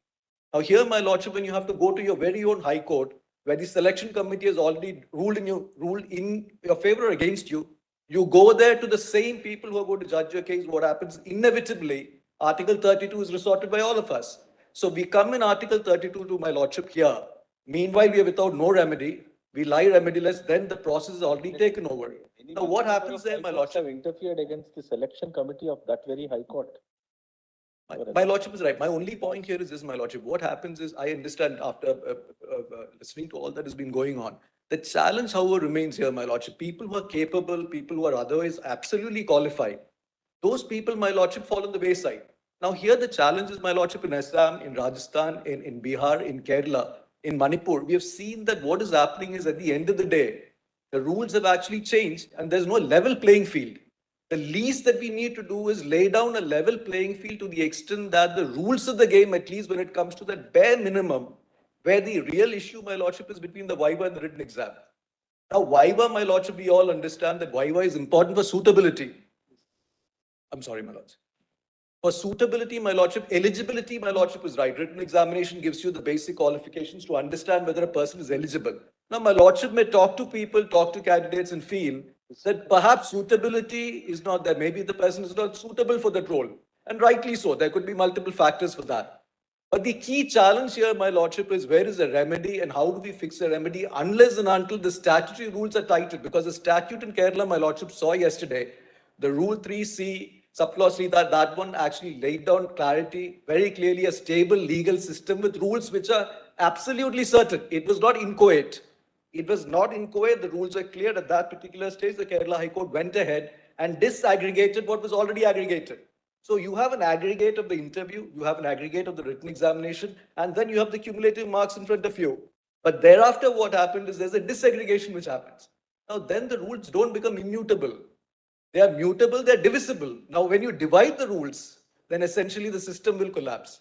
Now, the rules of the game, my lordship, when we say... Kerala, what they did was they introduced a minimum cutoff in the Viva Voce after the Viva Voce was there. That's true, my lordship. And the consequence of that, as we said, was that you are going to virtually put out of competition those people who don't score the minimum cutoff on a yardstick which was never notified earlier. My lordship. That's why we felt that, that was arbitrary, because this was not something which was done subsequently merely to cut down the number of people we are going to get finally, or to define quality in terms of the best candidates. But what you are doing was that some of your best candidates on the overall aggregate would be knocked out only because they didn't get the minimum marks in the My lordship, any authority, my lordship is right. A certain fair play at the joints, my lordship, anybody who even recruits a driver will understand that you need fair play at the joints. It works out to be is a principle where the rules on the basis of which the selection process will be undertaken must be notified fully in advance. Absolutely. And your argument is working out to be saying that no discretion must be left any time after the notification which has been issued. So once at the time of the notification, you must say what percentage will be there and at what stage you will apply a cutoff. Everything must be a prescription of rules. And if it is not provided in the rules, then there shall not be a power till the final order is made. Yes. That is what perhaps troubled Chalmeshwar in referring to, because there may be intervening public interests which would require the court to get into the appointing authority to have certain modulations in between. So that is actually a balance between these two. My lordship here... But the drift of Justice Chalmeshwar's referring order indicates that he has tilted more towards Marwa than towards Manjushri. Clearly. My lordship... he was saying that public interest perhaps requires it, of course, on an understanding that... subject to Article 14. And second, he said that, well, what is essentially a matter of procedure can always be introduced later, subject to 14. My lordship, may I only add one more point to what fell from Justice Narasimha and my lordship as well.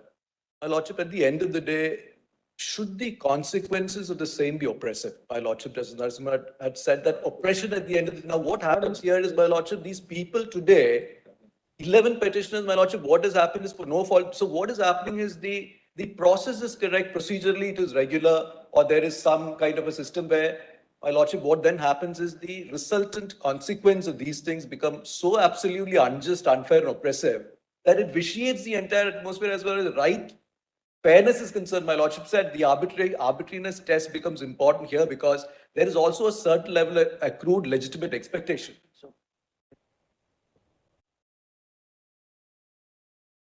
Lords. My Lords, on the question of Tej Prakash, my Lords.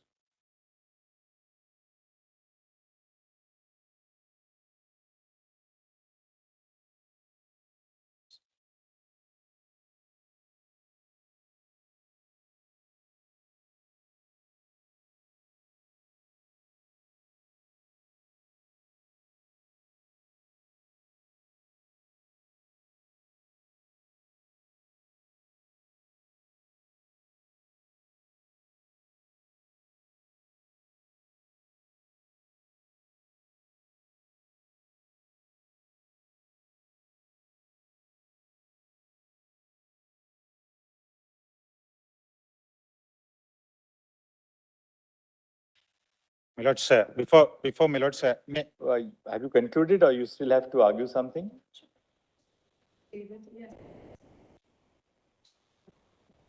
Lordship, it is like if the person, he is not knowing about his own conditions, that in what conditions he has to appear for the examination. Because here there is no viva say, there is no interview, there is nothing, there is only one exam of test of language.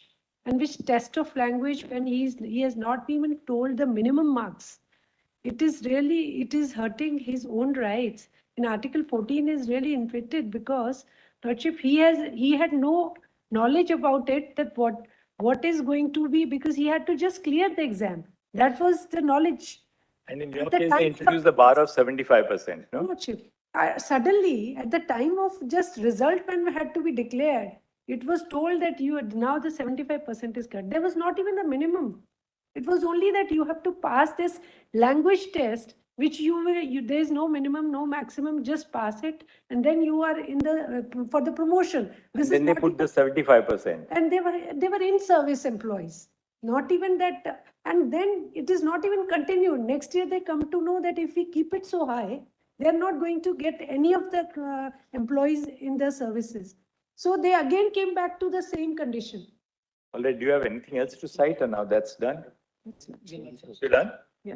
My Lords, may I mention, Your Lordship, kindly, may I take at least, my Lords, I'll take only 2 minutes, my Lords, I won't take more than that. Your Lordship, may kindly see Tej Prakash for a moment. In fact, the so far as answer to this reference probably lies in Tej Prakash itself. That's my submission, my Lords. There is no occasion. Your Lordship, may kindly come to page 50.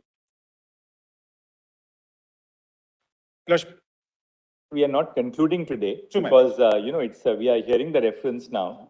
So once we are hearing the reference, we would like to be, once you are deciding a case on principle, we'd like to hear you and, maybe you can all reflect on what we have been, yes, what we've been asked. So, since my Lords... so, Dr. Bhardwaj is now over. No, Lordship, because two of the paragraphs, no, Lordship, point for... Great. I thought with a sense of satisfaction you said, yes, you've heard me out and now I'm done. Once we said that we are not concluding your new ideas. I am the main, who are the sufferer. I cannot be quiet, Lordship. There are two of the paras of the same, my judgment. What will happen to your Rajasthan State Road Transport Corporation if you only argue, now in the Constitution bench? Sir, that is there, sir. But Lordship, this is more important. What I'm saying, Lordship, two of the paras, they are speaking very clearly that what exactly had to be, what was not followed, and they have, in their own judgment, he has passed those orders. And I will like to read, Lordship, the reference judgment. We've read the reference judgment. Reference judgment is only a guide for us. It's not a precedent. It's only a reason why they have referred it. It's not his own points of how it is favoring it. It is not all the time against, Lordship. When it talks about the Manjushri, although it is talking about Marwa, but it is very contradictory. Marwa has nothing to do with my case. It is totally different. All right. We'll conclude on Tuesday. What you could do is, as Honorable Chief Justice has told you, formulate on the basis of what discussion that has happened as to how should be the ideal principles that would be followed only for the purpose of precedent. Yes, Because facts are over. Now there are no cases remaining. Given us your written submissions. Now, apropos what has been argued in the court, you can fine tune your submissions just down to 2 pages or so, just the key. And suppose, we were inclined to give the administration some free play in the joints. What should be the safeguards? And to what extent can they impose a requirement after the process has begun? And which are those requirements which are permissible? Which are requirements which are impermissible after the process has begun? Those things. You cannot, for instance, to my mind, one clear distinction is conditions of eligibility. You cannot introduce new conditions of eligibility after the process has begun. Then if you cannot introduce or impose conditions of eligibility, you can certainly do shortlisting. All right, if you have a large number of applications, can you not provide for shortlisting? Or is it that you must also, the notification must provide that we will do shortlisting? In the absence of the notification originally providing that you will do shortlisting, does the employer not have the innate capacity to do shortlisting? And finally, when you're preparing the select list of candidates who will be recommended for appointment, can the employer not say, subject to an Article 14 challenge, that we will apply this yardstick to ensure that candidates having a requisite quality are recruited? That must have the bearing on the nature of the service. You can't apply the same yardstick for recruiting upper division clerks without meaning anything pejorative as to appointing judges. Yes.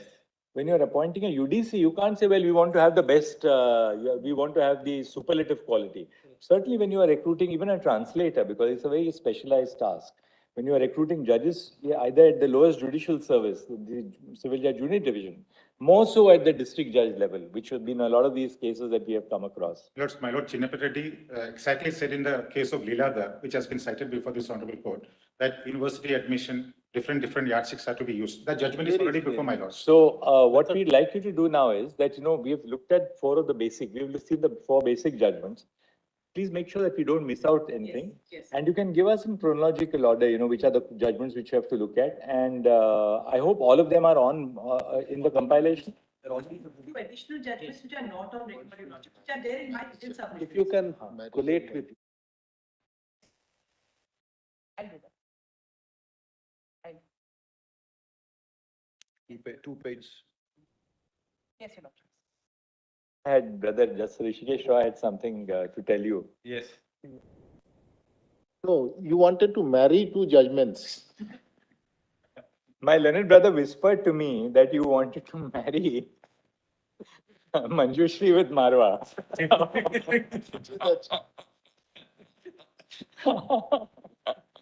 So he was telling me, Brother Rishikesh tried to, sort of make it a little less obvious. So which is that marriage judgment that you wanted to cite? Please send. Actually, there's a divorce there. Put it in your note. Divorce. What is that citation? Yogesh Yadav. Yogesh Yadav, no? Yogesh Yadav. What is that? 2013, Commission SEC 620. 13, 14 SEC. Volume 14 SEC 620. 623. There in the. Yes. 620.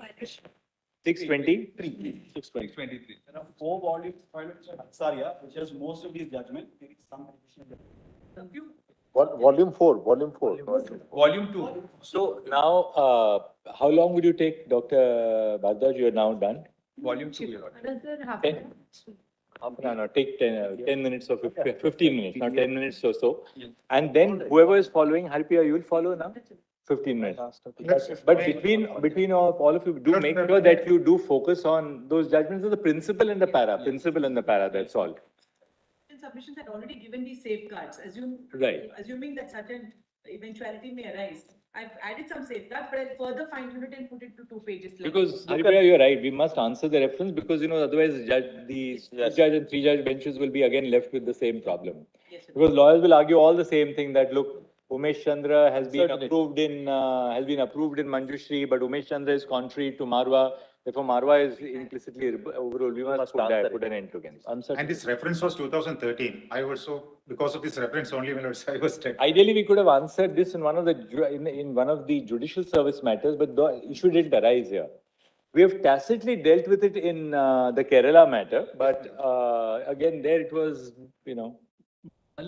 Malad, in fact, you have dealt with this issue about selection process very clearly in the judgment passed by my lordship in state of Jammu and Kashmir. I've dealt with it. My lord, if I may be just allowed to read 2 lines, my lordship. It says, the qualification and other eligibility criteria for such posts should be explicitly provided and the schedule of recruitment process should be published with certainty and clarity. Thereafter, my lords, hold that the advertisement should also specify the rules under which selection is to be made, and in the absence of the rules, the procedure under which the selection is likely to be undertaken. This is necessary to prevent arbitrariness and to avoid change of the criteria of selection after the selection process has commenced, thereby unjustly benefiting someone at the cost of others. So my lords have held it.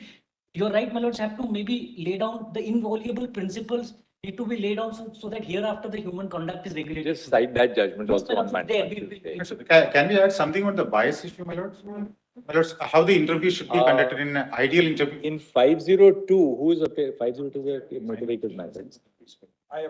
502, if you could email the submission, because we have only submissions of Mr. Tushar Mehta. So 502, if you can give us the submission by Sunday evening, if you email them to the court master, then we have the submissions on record. So Tuesday, this matter will conclude, and then we'll go on to the next matter on immediately after we have started this.